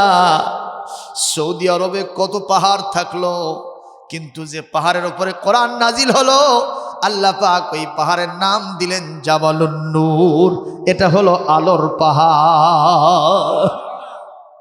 একটু জোরে করে আল্লাহু আকবার। কত মানুষ সৌদি আরবের মক্কা মদিনায় থাকলো, সেই সব মানুষের মর্যাদা বাড়ল না। এই কোরআনে কারীম যার উপরে নাজিল হলো তার মর্যাদা বাড়িয়ে দিলেন কে? এমনকি তিনি হলেন সাইয়্যিদুল মুরসালিন, খাতাবুন নবিয়্যিন, শাফিউল মুজনিবিন, রাহমাতাল লিল আলামিন। তাহলে বলেন কোরআনের মর্যাদা বেশি না কম? একটা হুদহুদ পাখির ঠোঁটের মর্যাদা যদি কোরআন বহন করার জন্য বেড়ে যায়, শক্তি যদি কঠিন হয়, আমি আপনি যদি কোরআন ধরতে পারি, আমাদের মর্যাদা আকাশচুম্বী করে দেবেন কে? এই যে সুলাইমানের কিচ্ছা বলতেছি, উনি কি হুজুর ছিলেন না? তাকে ছোট হুজুর না বড় হুজুর? জোরে বলেন না কেন? বড় হুজুর না ছোট হুজুর? আল্লাহ বলেন এটা যার মধ্যে থাকে, কুল্লুম ফি কিতাবিম মুবিন, সবকিছুর জ্ঞানে আমি আল্লাহ তাকে দিয়ে দেই। কারণ এর ভিতরে বিজ্ঞান আছে, এর ভিতরে মেডিকেল সায়েন্স আছে, এর ভিতরে ইঞ্জিনিয়ারিং বিদ্যা আছে, মারহাবা কর। এর ভিতরে ইতিহাস আছে, রাষ্ট্রবিজ্ঞান আছে, এর ভিতরে ভূগোল আছে, ম্যাথামেটিক্স আছে, এর ভিতরে ফিজিক্স আছে, কেমিস্ট্রি আছে। এমন কোনো জ্ঞান নাই যা মহান আল্লাহ কোরআনের ভিতরে দেন নাই। এত মর্যাদা তার হয়ে যায়। ওনার দেশে এক সময় একটু হাঁস চুরি হলো। হাঁস, যেরকম কি আপনাদের লাগে হাঁস পালে না? এদের পালে পালে হাঁস পালে, দেখবেন কিছু লোক আছে, তো এক পাল হাঁস পুরোটাই চুরি হয়ে গেছে। এই লোকটা এসে সুলাইমানের কাছে বিচার দিছে, সুলাইমান, আমার হাঁস চুরি হয়ে গেছে, আমি দিন আনি দিন খাই, ওইটা আমার পেশা। এখন এই হাঁসগুলো চুরি হয়ে গেল, আমি এখন পাই কোথায়? একটু বিচার করে দেন। বলে বিচার তো করবো, আসামি আছে। তো বলছে না, আসামি ধরা, আসামি আপনার কাছে নিয়ে আসা, এ দায়িত্ব আপনারই, আমি এটা নিতে পারবো না। বিষয়টা কি সহজ হলো না কঠিন হলো? সুলাইমান আলাইহিস সালাম বললেন আচ্ছা ঠিক আছে। উনি একটা জনসভা দিলেন মানুষদের নিয়ে। সেই জনসভায় তিনি বললেন, এই লোকটার হাঁস চুরি হয়ে গেছে, আপনারা কে কে চুরি করছেন ওটা হাত তুলে দেখান তো। আচ্ছা, চোর কি কোনোদিন বলে এটা? একজনও হাত তোলে, খালি মাথা নিচু করে সবাই। এরপর আবার বললেন, না, তিনবার বলার পরে হাত তোলে না। উনি বলছেন আচ্ছা আমি একজন নবী না? বলে হ্যাঁ। আমি একজন বাদশা না? বলে হ্যাঁ। তা আমার এত পাওয়ার, এত মর্যাদা, আমার জনসভাতে আপনারা আসছেন, একটু ডুব গোসল দিয়ে আসবেন না? এই কিছু কিছু লোকের মাথায় হাঁসের ফোরও দেখা যাচ্ছে, কিছু কিছু লোকের মাথায় হাঁসের ফোরও দেখা যাচ্ছে। এই কথা বলাও সারা, যারা হাঁস চুরি করছিল কোন ফাঁকে যে হাত মাথায় দিয়েছে ওরা টেরি পায়নি। ওরা চিন্তা করছে বাবা সম্ভবত একটা ফোরও থাকতে পারে। হযরত সুলাইমান বলে, এই আমার বাহিনী কোথায়? বলে লাব্বাইক ওয়া সাদাইক ইয়া নবী আল্লাহ, আমরা আপনার সামনে হাজির। বলে ওই যে লোকগুলো মাথায় হাত দিয়েছে না, এরাই হলো হাঁস চোরা, ধর। জোরে আল্লাহু আকবার বলবেন না? ফাফাহামনাহা সুলাইমান ওয়া কুল্লান আতাইনা হুকমান ওয়া ইলমা। একটু জোরে আল্লাহু আকবার বলেন। ও মুসলমান, যারা প্রকৃতপক্ষের হুজুর, তাদের মাথায় কোরআন যদি থাকে সব জ্ঞান দিয়ে দেন কে? একজন উকিলের সাথে এক হুজুরের ঝগড়া হচ্ছে। কার সাথে? কার? উকিলের সাথে। উকিলরা কি যারা বুদ্ধি বেচে খায়, তাই না? যার নাই কোনো গতি তার আছে ওকালতি, তাই বলে আবার উকিল হওয়ার দরকার আছে, ভালো উকিলও আছে, ঠিক নেবে ঠিক কর। যাই হোক, অধিকাংশ যারা তাদের চিন্তা থাকে কেমনে বাজান যায়, কথা কয় না, খালি হিয়ারিং এর ডেট পড়লি মাল, ঠিক নেবে ঠিক। প্রিয় ভাইয়ের আমার, কষ্ট পাচ্ছেন নাকি? তো উকিল সাহেব বলতেছে এই হুজুরকে মাথার গোবর ছাড়া কিচ্ছু নেই। ওটি এক হুজুর হাজির, হ্যাঁ এত বড় কথা কও, 2-1 হুজুর হলে হবে, কিন্তু সব হুজুরক তুই মাথায় গোবরের কথা কবা। ওই যে টাকলা মুরাদ বলছিল না, আল্লাহ ওরেই গোবর বানায় দিয়েছে, ঠিক নেবে ঠিক কন। হুজুররা এখনো যার যার মতো জায়গা জায়গায় আছে, সুবহানাল্লাহ কন। হুজুরদের সাথে কেউ লাগো না বাবা, শ্বাস থাকবে না, কথা কন। তো এখন এই বলতেছে আচ্ছা তুমি সব হুজুর গোবর আছে মাথায়, কথা বলে কেন? হ্যাঁ হুজুররা কি জানে, মিলাদ করে খাওয়া সারার মাথার কি আসার। ওখানে একটা সাধারণ লোক আসছে, এই লোক এসে বলছে কি হয়েছে এখানে? বলছে দেখো তো আমি এদিক দিয়ে যাচ্ছি, বলতেছে হুজুরকে মাথার কিচ্ছু নেই, খালি গোবর আছে। তা আপনি কি বলছেন? না হুজুরের মাথার সবই আছে। আমি জানি হুজুরের মাথার সবই আছে, বুঝতে পারছেন? তো বলছে আপনি কি বলেন? না গোবরই আছে। আচ্ছা ঠিক আছে, গোবর আছে না সব আছে, এই বিষয়টা আমি পরীক্ষা করব। উকিল সাহেব বলেন তো এই পুকুরত কয় গ্লাস পানি আছে? উকিল করছে তোর মাথা তো বোধহয় গোবর আছে না, কেরে আমি কি ম্যাপে দেখছি ওটি কয় গ্লাস পানি আছে? তাহলে আপনি পারবেন না? বলেন না। হুজুর সাহেব আপনি পারবেন? কয় যে আমার কাছে এটা পানির মতো সোজা। মারহাবা কর, মারহাবা কর। তো সেটা আবার কেমনে? কয় যে গ্লাসটা যদি পুকুরের সমান হয় তাহলে 1 গ্লাস আছে। জোরে মারহাবা মারবেন না? আরো জোরে আল্লাহু আকবার হয় না? আর যদি গ্লাসটা ওর অর্ধেক হয় তাহলে কয় গ্লাস? তাহলে 2 গ্লাস আছে। এইভাবে যখন মারতেছে তখন খালি মাথা নিচু করতেছে। তখন বলল কুল্লুম ফি কিতাবিম মুবিন, এই কোরআনের ভিতরে সব জ্ঞান যিনি দিয়েছেন তিনি কে? আমি হুজুর যদি কোনো বিজ্ঞানের কথা কোরআন দিয়ে দলিল দিতে না পারি সেটা আমার ব্যর্থতা, এটা কোরআনের ব্যর্থতা নয়। এ কোরআন হলো মহাসমুদ্র, এখানে যে ব্যক্তি শামুক কুড়ানোর জন্য ঢুকছে সে শামুকই পাবে। কতক্ষণ যে মাছ নেওয়ার জন্য ঢুকছে সে মাছ পাবে, যে বালু তোলার জন্য ঢুকছে সে বালু পাবে। কতক্ষণ যে পানি নেওয়ার জন্য ঢুকেছে সে পানি পাবে। যিনি যেটা নেওয়ার জন্য কোরআনের ভিতরে ঢুকেছেন তিনি সেটাই পাবেন। কিন্তু যিনি যোগ্য আলেম, আল্লাহ পাক যাকে যোগ্য আলেমের মর্যাদা দিয়েছেন তিনি সবই বুঝতে পারেন। মহান আল্লাহর ইশারা, জোরে কান মারহাবা। আমি সুটকে মৌলবি, 1.5 টাকা 5 শিকার মৌলবি, আমার কাছে যদি তুমি অনেক কিছু প্রশ্ন করো আমি হয়তো পারবো না, কিন্তু তাই বলে এটা কোরআনের ব্যর্থতা নয়। সুবহানাল্লাহ জোরে বলতে পারলেন না? দাইরামার কষ্ট হচ্ছে। হযরত সুলাইমানের চিঠি নিয়েছে কোন পাখি? আরো জোরে সবাই বলেন। হুদহুদ পাখি।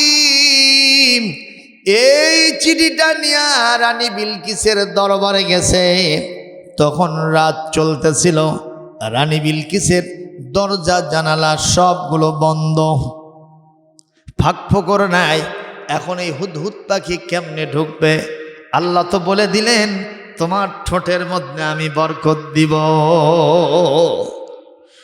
উনি আস্তে করে এরকম ধরেছেন, ড্রিল মেশিনের মতো সুন্দর করে ফোরফোর হয়ে গেছে। উনি ওদিক দিয়ে ঢুকা, রানী বিলকিসের তখনও বিয়ে শাদী হয় নাই, যুবতী মহিলা। আল্লাহু আকবার কন। এই মুহূর্তে খালি উথাল পাতাল করতেছে। বলেন তো যুবতী মেয়ের স্বামীর দরকার আছে না নাই? আজকে আমাদের দেশে এই মেয়েদেরকে মাস্টার ডিগ্রি পাস না করা পর্যন্ত বিয়ে দেব না, MBBS ডাক্তার না হওয়া পর্যন্ত বিয়ে দেব না, একটা চাকরি না পাওয়া পর্যন্ত আমার মেয়েকে বিয়ে দেব না। এইটা কখনো উচিত নয়।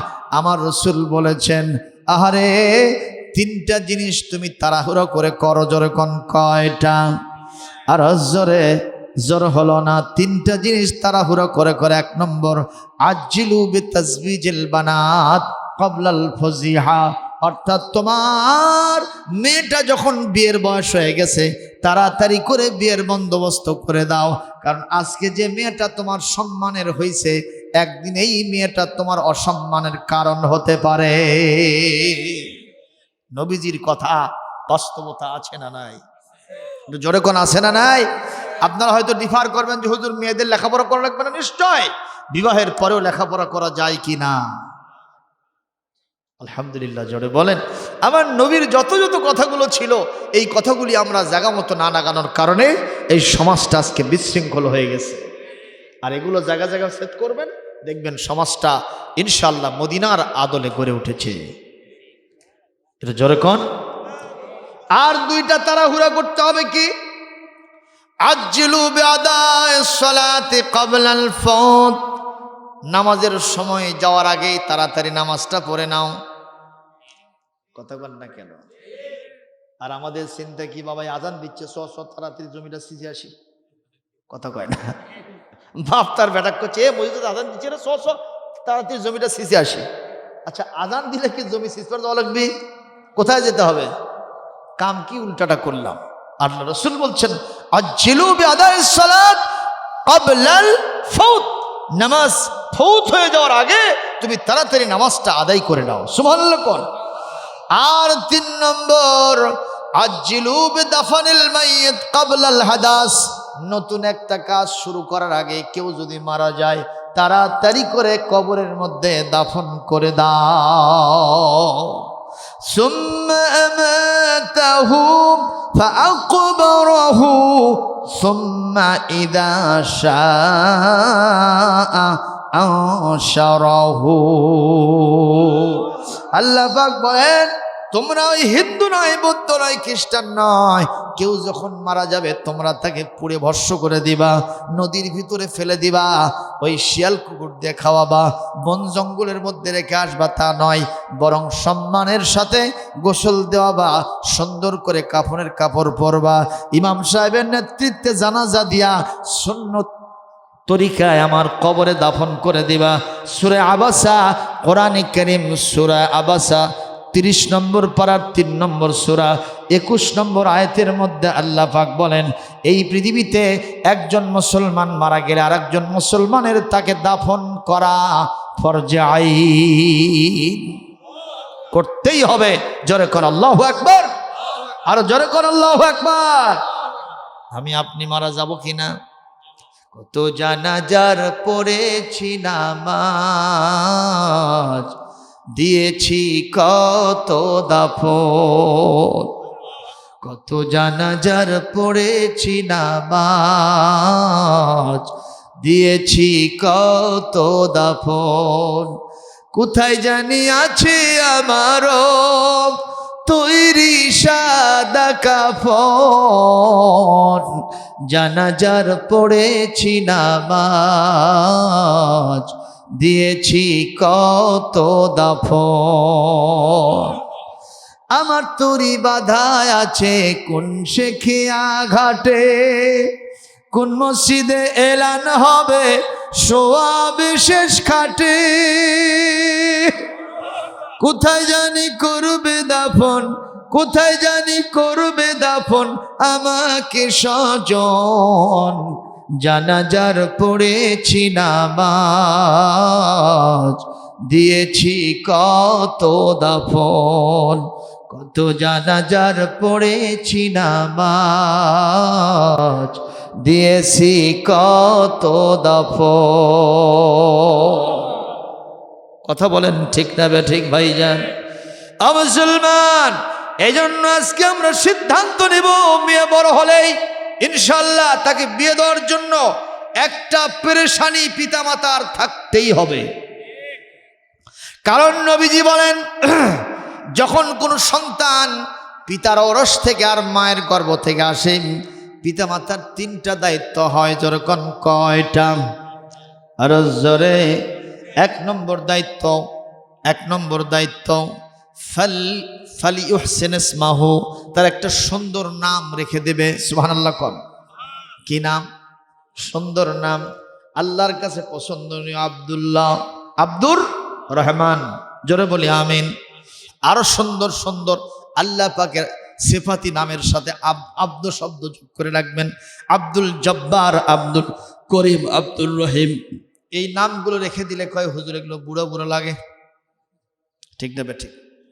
আমি তো মসজিদে ইমামতি করি, কত মুসল্লি আসে, কয় হুজুর একটা কলিজার টুকরা সন্তান হয়েছে, একটা নাতি হয়েছে, একটা সুন্দর নাম বেছে দেন হুজুর। নাম দিয়ে দিলাম আব্দুল কুদ্দুস, বুঝতে পারছেন? মেয়ের নাম রেখে দিলাম সুমাইয়া। আমাকে নিয়ে গেল আকিকার দিনে। কোথায়? যে যখন আকিকা জবাই হবে দেখতেছি অন্য আর একটা নাম বলতেছে। আমি বললাম আমি তো একটা নাম রেখে দিলাম। কয় যে হুজুর বাড়িতে নিয়ে আসছিলাম, সবাই কয় এটা বুড়ো বুড়ো লাগে, এটা হবি না। মানে ওনারা আগের থেকে একটা রেডি করে রাখছে, মানে হুজুর দিয়ে খালি খাতা ভাঙ্গায়। কথা বোঝেন নাই? আমাদেরকে ব্যবহার করেছে আর কাজে, যেরকম কয় কাজে। একটা হলো হওনে, মরণে, জোরনে, খোলনে। বোঝেন নাই? হওনে মানে সন্তান হলেই প্রথম একটু কি দিতে হবে? আজান দিতে হবে। আরে সেদিনকে দেখলাম তুরস্কের প্রেসিডেন্ট রজব তাইয়িপ এরদোগান, সে দেশে যে ভূমিকম্প হইল, ওই ভূমিকম্পের ভিতরে ওই ধ্বংসস্তূপের ভিতরে চাপা পড়েছিল একটা মেয়ে, অন্তঃসত্ত্বা ছিল, তার বাচ্চাটা হয়েছে, মা মারা গেছে। ওই সন্তানটার নাম তিনি নিজেই রেখে দিয়েছেন রজব তাইয়িপ এরদোগান। মানে ওই সন্তানের নামও এরদোগান রেখে দিয়েছে। মারহাবা কোন। আর দেখলাম উনি নিজেই সন্তানের কানে আজান দিচ্ছেন। এটা প্রেসিডেন্ট সন্তানের কানে আজান দেওয়ার যোগ্যতা রাখা, এটা চারটিখানি ব্যাপার না। বিশ্বের যেখানে যেখানে মুসলমানদের সমস্যা হচ্ছে, তুরস্কের প্রেসিডেন্ট রজব তাইয়িপ এরদোগান সেখানে ভূমিকা রাখতেছে। আলহামদুলিল্লাহ কোন। সেই দেশে যদি এত বড় বিপদ আসতে পারে, আমাদের তো খবরই নেই। কথা কোন। আমরা বলবো এই জন্য সবাইকে সাবধান হতে হবে, ভালো হতে হবে, ঠিক কিনা? আল্লাহ রাব্বুল আলামিন বলেন, যাহারাল ফাসাদু ফিল বাররি ওয়াল বাহরি বিমা কাসাবাত আইদিন নাস আহুম বা'দাল্লাযী আমিলু লাআল্লাহুম ইয়ারজিউন। কোরআনে কারীম সূরাতুর রুম 41 নম্বর আয়াত। আল্লাহ পাক বলেন, পৃথিবীতে জলস্তরে যত অঘটন ঘটে এগুলো সব তোমাদের হাতের কামাই। আমি আল্লাহ অনেক মাফ করে দেই। এটা দেই কেন শোনো, কেন তোমাদের উপরে আযাব গজব দিই? দুইটা কারণে। যা তোমরা করেছো সামান্য একটু শাস্তির স্বাদ চাকানোর জন্য, 1 নম্বর। আর 2 নম্বর, যাতে ওই সব ভালো ভালো খারাপ খারাপ কাজ থেকে ত্যাগ করে ভালো ভালো কাজের দিকে ফিরে আসতে পারো। এই জন্যেই আমি আল্লাহ মাঝে মধ্যে এই শাস্তিগুলো দিয়ে থাকি। বলেন তো যে আল্লাহ তুরস্কে এত বড় একটা ভূমিকম্প, 7.8 মাত্রার একটা ভূমিকম্প দিয়া প্রায় 10,000-এর মতো বাড়িঘর একেবারে মাটির সাথে মিশে দিতে পারলেন, মাল্টিস্টেট বিল্ডিং গুলো। সে আল্লাহ পাক আমার বাংলাদেশে ওটা দিতে পারেন কিনা? গতকালকের আপনি দৈনিক করতা পত্রিকা দেখেছেন, আমাদের ভূবিজ্ঞানীরা তারা বলেছেন যে বাংলাদেশে 8.6 মাত্রার ভূমিকম্প হওয়ার সম্ভাবনা আছে। ওখানে হলো 7.8, আর আমাদের দেশে 8.6 হওয়ার সম্ভাবনা আছে। তাহলে বেশি না কম? ওটার থেকে বেশি, প্রায় 1 গুণ বেশি। সম্মানিত উপস্থিতি, তাহলে দেখুন কোথায় আছি, কোন তালে আছি আমরা। এখন আমাদের চামড়া আইছে টাইট, আল্লাহর সাথে করতেছি খালি ফাইট। এখন চামড়া যখন ঢিল, আল্লাহর সাথে দেব মিল। আল্লাহ বলতেছে আছে কবরে ফেরেশতারা খালি দিবি কিল। কথা কোন ঠিক না? ঠিক। আল্লাহর সাথে পাল্লা দিলে কাল্লা থাকবে না, ঠিক না? ঠিক। তাহলে পিতামাতার দায়িত্ব কয়টা? সুন্দর একটা নাম রাখা। মুসলমান 2 নম্বর, ওয়ালিউদ্দিবহু, তাকে আদব শিক্ষা দেবে, তার মানে শিক্ষা দীক্ষা দেবে, এটাও পিতামাতার দায়িত্ব। আর 3 নম্বর, ফাইজা বালাগা ফালিউজাওবিজহু, সন্তান সন্ততি যখন বড় হয়ে যাবে, বয়স হবে বিয়ের জন্য, ফালিউজাওবিজহু, পিতামাতার দায়িত্ব হলো সন্তানকে বিয়ে করানো, বিয়ে দেওয়া। ফাইজা বালাগা ফালাম ইউজাওবিজহু, সন্তান বড় হয়ে গেছে কিন্তু বিয়ে দেয় না, ফাআসাবা ইসমান, জিনা ব্যভিচার করে ফেললো, ফাইন্নামা ইসমুহু আলা আবিহি, নবীজি বলেন ওই সন্তান যদি জিনা করে, জিনার গুনাহ তার পিতার মাতার কাঁধে চাপায় দিবেন কে? এজন্য সন্তানদের ব্যাপারে সিরিয়াস ভূমিকা পালন করার দরকার আছে না না?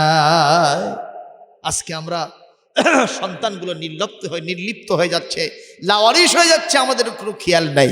চাঁপাই নবাবগঞ্জ এলাকায় এক লোক আমের বাগান দিছে, সেরকম কিসের বাগান?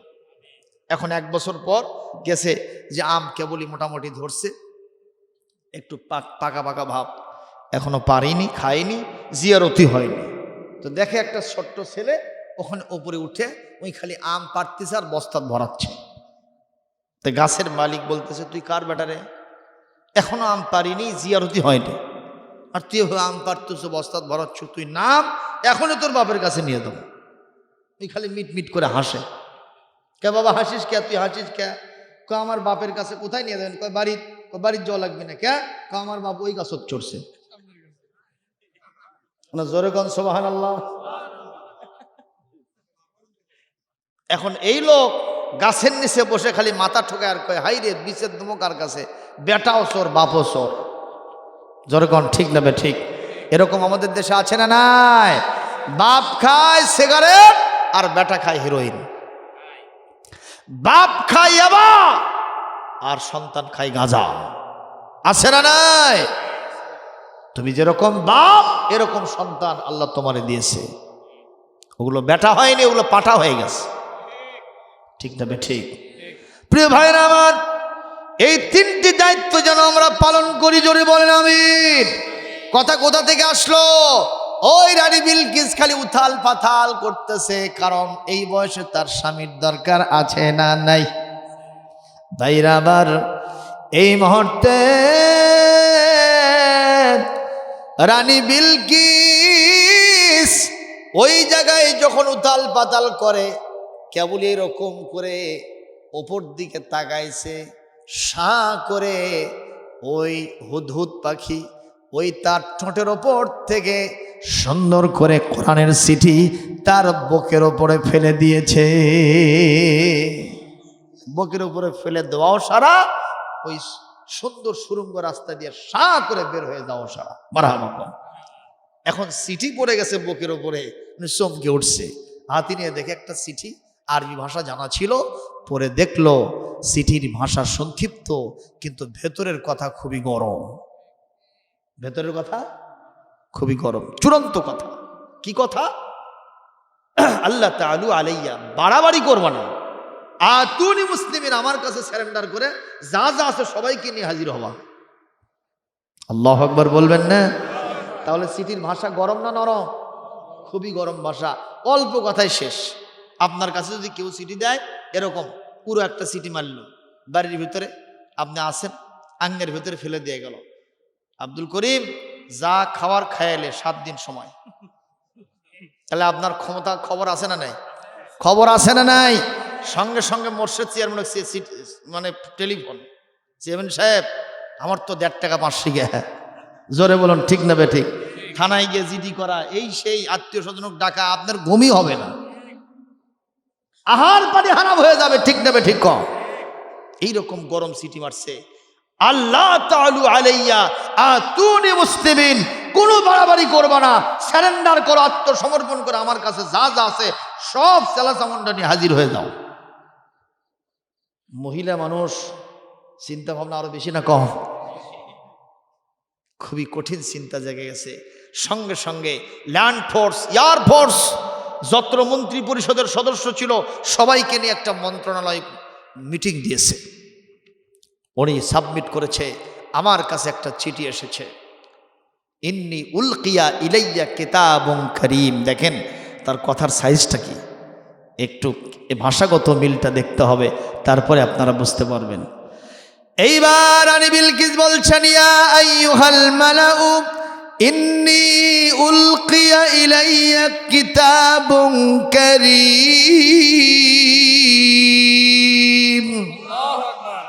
হে আমার সভাসদের লোকেরা, আমার এমপি মহোদয়রা, আমার মন্ত্রীরা, আমার ল্যান্ড ফোর্স, এয়ার ফোর্স, সেনাবাহিনী, বিমান বাহিনী, এরপরে আমাদের বিজিবি বাহিনী যা আছো, সমস্ত বাহিনীর প্রধান, তোমরা শুনে নাও, জেনে নাও, বুঝে নাও এবং আমাকে মন্ত্রণা দাও, পরামর্শ দাও। বলে কি? আমার কাছে একটা সম্মানিত চিঠি এসেছে। সিটি কিতাবের সাথে কারিম শব্দ দিয়েছে, তাহলে কোরআনের সিটিকে কারিম দিয়ে ব্যাখ্যা করার কারণে তারও মর্যাদা বাড়িয়ে দিবেন কে? যেমন ওই যে মুসা আলাইহিস সালামের কাছে ফেরাউন বাহিনী গিয়ে বলছিল, ফেরাউন মুসা, জাদু কি তুমি আগে দেখাবো না আমরা আগে দেখাবো? হযরত মুসার সাথে তারা আদবি করলো, বেয়াদবি করলো না, যে তুমি তো ময়দানে আসছো, আমরাও আসছি, আমরা ফেরাউনের পক্ষ থেকে, আর তোমরা আসছো কতক্ষণ আল্লাহর পক্ষ থেকে, নবী মুসার পক্ষ থেকে। সুতরাং হে মুসা আলাইহিস সালাম, আপনার লোকেরা আগে জাদু দেখাবে না আমরা আগে দেখাবো? হযরত মুসা আলাইহিস সালাম তিনি বললেন, না, আমরা মুসলমান, আমরা আক্রমণ করি না, আমরা আক্রান্ত হলে শুধু জবাব দিয়ে দেই। আল্লাহ রাব্বুল আলামিন বলল, ফেরাউনের জাদুকরেরা আমার পয়গম্বর মুসার সাথে এতটুকুন সম্মান দেখানোর কারণে তোমাদের এত বড় মর্যাদা দেব, দুনিয়ার সহায় সম্পদ দেব না, টাকা পয়সা দেব না, দুনিয়ার শ্রেষ্ঠ সম্পদ ঈমান নামক মহা সম্পদ আমি তোমাদেরকে দিয়ে দিব।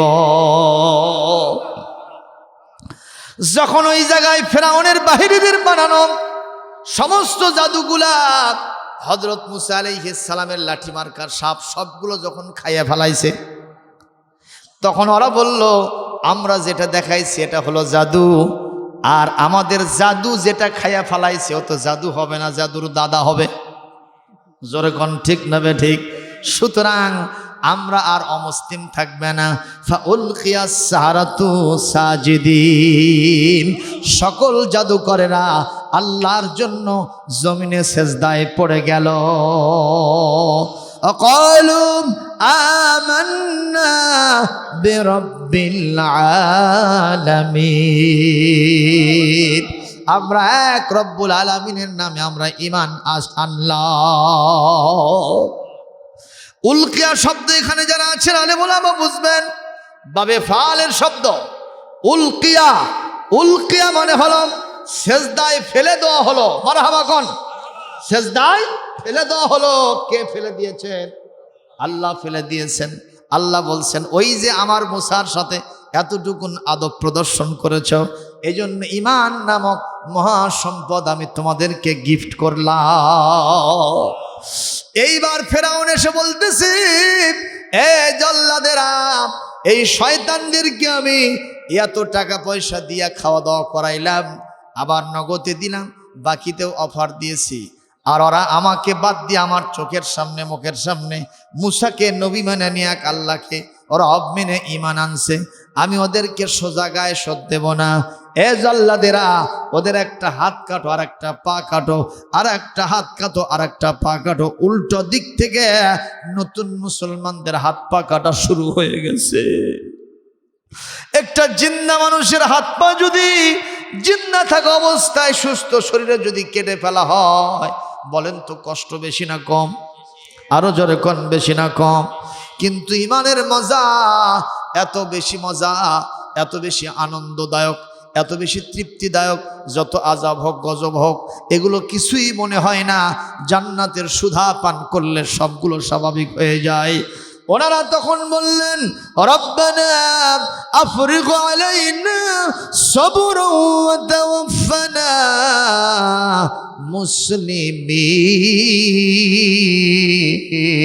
মুসলিমিন। কোরআনে কারীম সূরাতুল আরাফ ঠিক 126 নম্বর আয়াত, এই দোয়াটা আল্লাহ পাক কোট করে দিয়েছেন হযরত মুসা আলাইহিস সালামের। ওই সব সামনে যারা ঈমান আনলো ফেরাউনের জাদুকরেরা, নতুন মুসলমান, তারা বলতেছে, আল্লাহ ঈমান এনেছি, এতই মজা পাইতেছি, ওই ফেরাউন বাহিনী আমাদের হাত পা কেটে সবগুলো যদি শেষ করে দেয়, আমাদেরকে যদি জবাই করে হত্যা করে, তাও আমাদের কিছু যায় আসে না। আল্লাহ গো, আপনি আমাদের ধৈর্যের মাত্রা খুলে দেন। শুধু তাই না, যখন মারা যাব আমরা যেন ওই মুসলমান হয়ে শাহাদাত বরণ করি, আপনি কবুল করে নেন। লিল্লাহি তাকবীর। মুসলমান, কোরআনের জন্য, ইসলামের জন্য, আলেম ওলামার জন্য, দ্বীনের জন্য, আল্লাহর জন্য, রাসূলের জন্য যদি কোনো কাজ করেন আর সেখানে যদি মারধর হয়, মামলা হয়, হামলা হয়, ফাঁসির কাষ্ট আসে, যদি রিমান্ড মঞ্জুর হয়ে যায়, তারপরেও দ্বীনের মুজাহিদেরা কখনো এদিক সেদিক নড়াচড়া করে না। কারণ অদৃশ্য থেকে একটা তৃপ্তি, আনন্দ তাদের মনে যিনি দেন তিনি কে? যদি তাই না হবে 50 বছরের কোরআনের মুফাসসির 12 বছর ধরে ওখানে থাকতে পারতো না। কথা বল না কেন? দ্বীনের কাজ ছেড়ে দিবেন? দ্বীনের কাজ ছেড়ে দিবেন? কেউ না করুক আমি করব কাজ, কেউ না করুক আমি করব কাজ, কেউ না করুক আমি করব কাজ। আল কোরআনের আহ্বানে দিন কায়েমের প্রয়োজনে, আল কোরআনের আহ্বানে দিন কায়েমের প্রয়োজনে নতুন করে আবার আমি শপথ নিলাম আজ, কেউ না করুক আমি করব কাজ। জোরে, কেউ না করুক আমি করব কাজ, কেউ না করুক আমি করব কাজ। ভাইরা কষ্ট পাচ্ছেন? শেষ করে দেই। রানী বিলকিসের সভাসদদেরকে নিয়ে উনি বলেছেন, আমার কাছে একটা চিঠি আসছে, চিঠির নাম কি? সম্মানিত চিঠি। জোরে কোন, আরো জোরে কোন। আল্লাহ বলছেন, রানী বিলকিস, আমার কোরআনের চিঠিকে যখন তুমি কারিম বলেছ, আমি তখন কবুল করে নিয়েছি। এমন একটা দিন আসবে, ঈমান নামক মহা সম্পদ ওই ফেরাউনের জাদুকরদের মতো তোমাকেও দিয়ে দিব। অথচ ইয়াসজুদুনা লিশ-শামসি মিন দুনিল্লাহ, তারা আল্লাহকে বাদ দিয়ে সূর্যের পূজা করত। আল্লাহু আকবার কোন। বাইরে আমার কোন সমস্যা? বাইরে আমার এইবার রানী বিলকিস বলতেছে, আফতুনি ফি আমরি,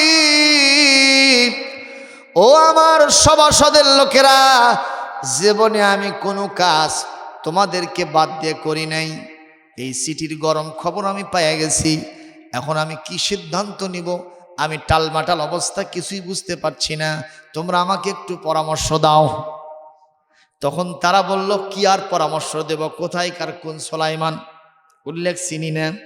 আপনি তো জানেন আমাদের হাতে কত পাওয়ার, বন্দুক আছে, কামান আছে, রাইফেল আছে, কাঁটা রাইফেল আছে, স্টেন গান, হ্যাঁ, আমাদের কাছে বোমা আছে, কিরিজ আছে, আমাদের কাছে স্কার্ট ক্ষেপণাস্ত্র আছে। আপনি যদি খালি অর্ডার করেন, ওই ফেরা কি বলে সুলাইমান আর তার বাহিনী সবগুলো কচু কাটা। কষ্ট পাচ্ছেন? রানী বিলকিস, নাহনু উলু কুওয়াতিন ওয়া উলু বাসিন শাদীদ ওয়াল আমরু ইলাইকা, আপনার কাছে নির্দেশনামা, আপনার কাছে সবকিছু আছে, আর আমরা তো অনেক বড় ক্ষমতাবান, আমাদের তো অনেক বড় পাওয়ার আছে, আপনি শুধু অর্ডার করবেন আর সবগুলোকে আমরা সাফা করে দেব। এই যত অভয় বাহিনীগুলো দিয়েছে, কিন্তু রানী বিলকিসের ভেতরে কিন্তু ওই অভাবে নাই, তিনি শুধু ভয় ভয় করেন, কারণ চিঠির যে গরম ভাষা, না জানি এর ভেতরে আরো কত কথা আছে, জোরে কোন ঠিক কিনা। তবিয়ত ছিল, নেচার ছিল, স্বভাব ছিল, আখলাকে হাসানা ছিল, আদাত মোবারক ছিল। সেটা হলো এই, উনি জনমত যাচাই না করে বক্তব্য রাখতেন না। যেহেতু এখন রাত 12টা পার হয়ে গেছে, 12টা না 1টা পার হয়েছে, আল্লাহ কোন তালে আছি আমি রে, আর সামনে যাওয়া যাবে না। না না ভাইয়া, কঠিন। যদি ফজর কাজা হয় তা আমি বক্তা তক্তা, আর আপনার হবেন ভত্তা। ঠিক না? ঠিক।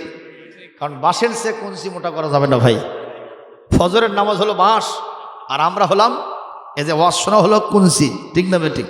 এরা মোটা করে সেখান করবেন, উল্টাপাল্টা কারবার হবে। শুধু এইটুকু বলেই শেষ করে দিচ্ছি, আমি কোরআনের ফজিলত বর্ণনা করতেছি এই কারণে, যেহেতু কোরআনের মাদ্রাসায় ওয়াজ শুনতে এসেছেন। ঠিক না? ঠিক। এই কোরআনের মর্যাদা বেশি না কম? সেই কোরআন নিয়ে আপনাদের সামনে কথা হচ্ছে। যাই হোক, এখন রানী বিলকিস বলতেছে, তোমরা যত কথাই বলো আমার ভেতরে চিন্তা দূর হচ্ছে না, চিন্তা দূর হচ্ছে না। তোমরা বলতেছো খালি নির্দেশ দিয়ে দেখেন আমরা এমন ব্রাশ ফায়ার করবো ওর বাহিনী শুদ্ধ সব উড়ে যাবে, ওই সব বিষয়ে আমি চিন্তা করি না। আমার কাছে কেন যেন মনে হয় আমার থেকে তার ক্ষমতা বেশি। আর হাবা কোন? সুতরাং ও হক পয়গম্বর নাকি, ও কি আসল নবী না কি ভণ্ড, এটা প্রমাণ করার জন্য আমি কিছু হাদিয়া তোহফা পাঠিয়ে দেবো। আর হাবা বলবেন না, হাদিয়া তোহফা দিয়ে দেব। আর যদি হাদিয়া তোহফা নেওয়ার মানে চিন্তা থাকে, দেখবেন কিছু অফিসার আছে না, আপনি কোনো কাজ নিয়ে গেলে এত বেশি কঠিন করে দেখায়, হ্যাঁ, আপনি ভয়ের চোটে খালি ওখান থেকে ব্যাগ গিয়ার মারেন যে আমার এই কাম হবে না, কিন্তু বাইরে একটা লোকের সাথে দেখা ওই গোয়েন্দারি করে, তুমি করছে যে কোনো চিন্তা নাই, ওই সাহেবের কাছে খালি 500 টাকার একটা কর করার নোট দিয়ে দেন। যেরকম ঠিক না বেঠিক? মানে নোট খাওয়ার ধান্দা যাদের আছে ওরা একটু করা করে, কথা বোঝেন না কেন? এই জন্য ও চিন্তা করতেছে যে আমি একটু হাদিয়া পাঠিয়ে দেব, যদি ওর চিন্তা থাকে ঘুষ ঘাস খায় চুপ থাকা, তাহলে এটা থেকে সে চুপ থাকবে। আর যদি হক পয়গম্বর হয়, আমার কোনো হাদিয়া তোহফা কোনো ঘুষ ঘাস সে গ্রহণ করবে না। জোরে করে আল্লাহু আকবার। ইতিমধ্যেই তার কাছে পাঠিয়ে দেওয়া হলো কিছু হাদিয়া তোহফা। হযরতে সুলাইমান আলাইহিস সালাম হযরতে সুলাইমান আলাইহিস সালাম এই হাদিয়া তোহফা নেওয়ার পরে তিনি বলতেছেন, শোনো, তোমরা যে হাদিয়া তোহফা আমার কাছে নিয়ে আসছো, আর তুমি দুনানি বিমালিন ফামা আতানি আল্লাহু খায়রাম মিম্মা আতাকুম। জোরে করে আল্লাহু আকবার। তুমি আমাকে যে হাদিয়া তোহফা দিয়া সন্তুষ্ট করতে চাইছো, ও রানী বিলকিস, এর থেকে শত গুণে বেশি হাদিয়া তোহফা আল্লাহ আমাকে দান করছে। বাল আনতুম বিহাদিয়াতিকুম তাফরাহুন, তোমাদের হাদিয়া নিয়ে তোমরাই সন্তুষ্ট থাকো, ওইটা আমার কোনো দরকার নাই। জোরে কোন মারহাবা। আমি শেষ করে দিচ্ছি। সম্মানিত উপস্থিতি, আমি আপনাদের সামনে যে আলোচনা পেশ করার জন্য ইতিমধ্যেই আমি আপনাদের সামনে অনেক অগ্রসর হয়েছি। চিন্তা ছিল 12:30টায় শেষ করব, কোন ফাঁকে আমরা একটা পার হয়ে গেছে আমি টের পাই নাই। আসলে আপনারাও তো টের পান নাই, কারণ কোরআনের কথা চলতেছে। কোরআনের কথা মিষ্টি মধুর না তিতা? মিষ্টি মধুর না? আল্লাহ নিজেই বলেছেন, কোরআন শুনতে পারলে ইমানদারদের ইমান তাজা হয়ে যায়। কিছু কিছু মুসলমান আছে এই মিষ্টি তার কাছে তিতা লাগে। বুঝতে হবে আজরাইল কি বলে, ইবলিস নামক মহা বিষধর সাপ শুধু ওকে দংশনই করে নাই, 20টাও জনমের মতো টাইট করে ঢুকাই দিয়েছে। এই জন্য কোরআনের মিষ্টি কথা তার কাছে তিতা লাগতেছে। আলহামদুলিল্লাহ, এখানে আমি যাদেরকে বসাইছি, আপনারা যারা বসছেন, একটা লোক উচ্চবাচ্য করে নাই, এদিক সেদিক হয় নাই। আমি বুঝতে পেরেছি আপনারা কোরআনের আকর্ষণ ভেতরে ঢুকে গেছে। মারহাবা কর। এখন যাদের অন্তরে কোরআনের আকর্ষণ ঢুকলো, তাদের ক্ষেত্রে আমি একটা কথা হাদিস শরীফতে বলবো। নবীজি বলেন, এই কোরআন যারা পড়লো, সুবহানাল্লাহ, কোরআন যারা মুখস্থ করলো, কোরআনের হালাল হারাম যারা বাছবিচার করে চললো, আল্লাহ নবী বলেছেন, আদখালাহুল্লাহুল জান্নাহ, আল্লাহ তাকে জান্নাতে ঢুকাইয়া দিবেন। আদখালা মাজির সিকা বাবে ফাল থেকে, যার মানে হলো আল্লাহ তাকে জান্নাতে ঢুকাইয়া দিয়েছেন। অথচ জান্নাতে ঢুকতে হবে আখেরাতে, কিন্তু এখনই সেটা মাজির সিগা, পাস্ট টেন্সের সিগা ব্যবহার করলো কেন? স্যার বুঝবে, অতীতকালের শব্দ তখনই ব্যবহার করায় যেটা নিশ্চয়তা থাকে। সুবহানাল্লাহ। যেমন আপনাদের এখানে কি কি চেয়ারম্যানের দ্বারা ছিল, কি কি মার্কা? দু একটা মার্কা কর না কেন? মোর্শেদ ভাইয়ের মার্কা কি? নৌকা। আর কি ছিল? আনারস। আর আচ্ছা, দুটোই ধরলাম, আনারস আর হলো মোটর সাইকেল। ঠিক না? ঠিক কর। আনারস মার্কার ওখানে গেছেন, ক্যাম্প জেনে করছে, চাওয়া খাওয়াচ্ছে দোস্তের মতো। ভাই খবর কি? কই উঠে গেছে। ঠিক না বেঠি? উঠে গেছে। এটা কোন কাল হলো? অতীতকাল। ওই কি বুঝাতে চাচ্ছে?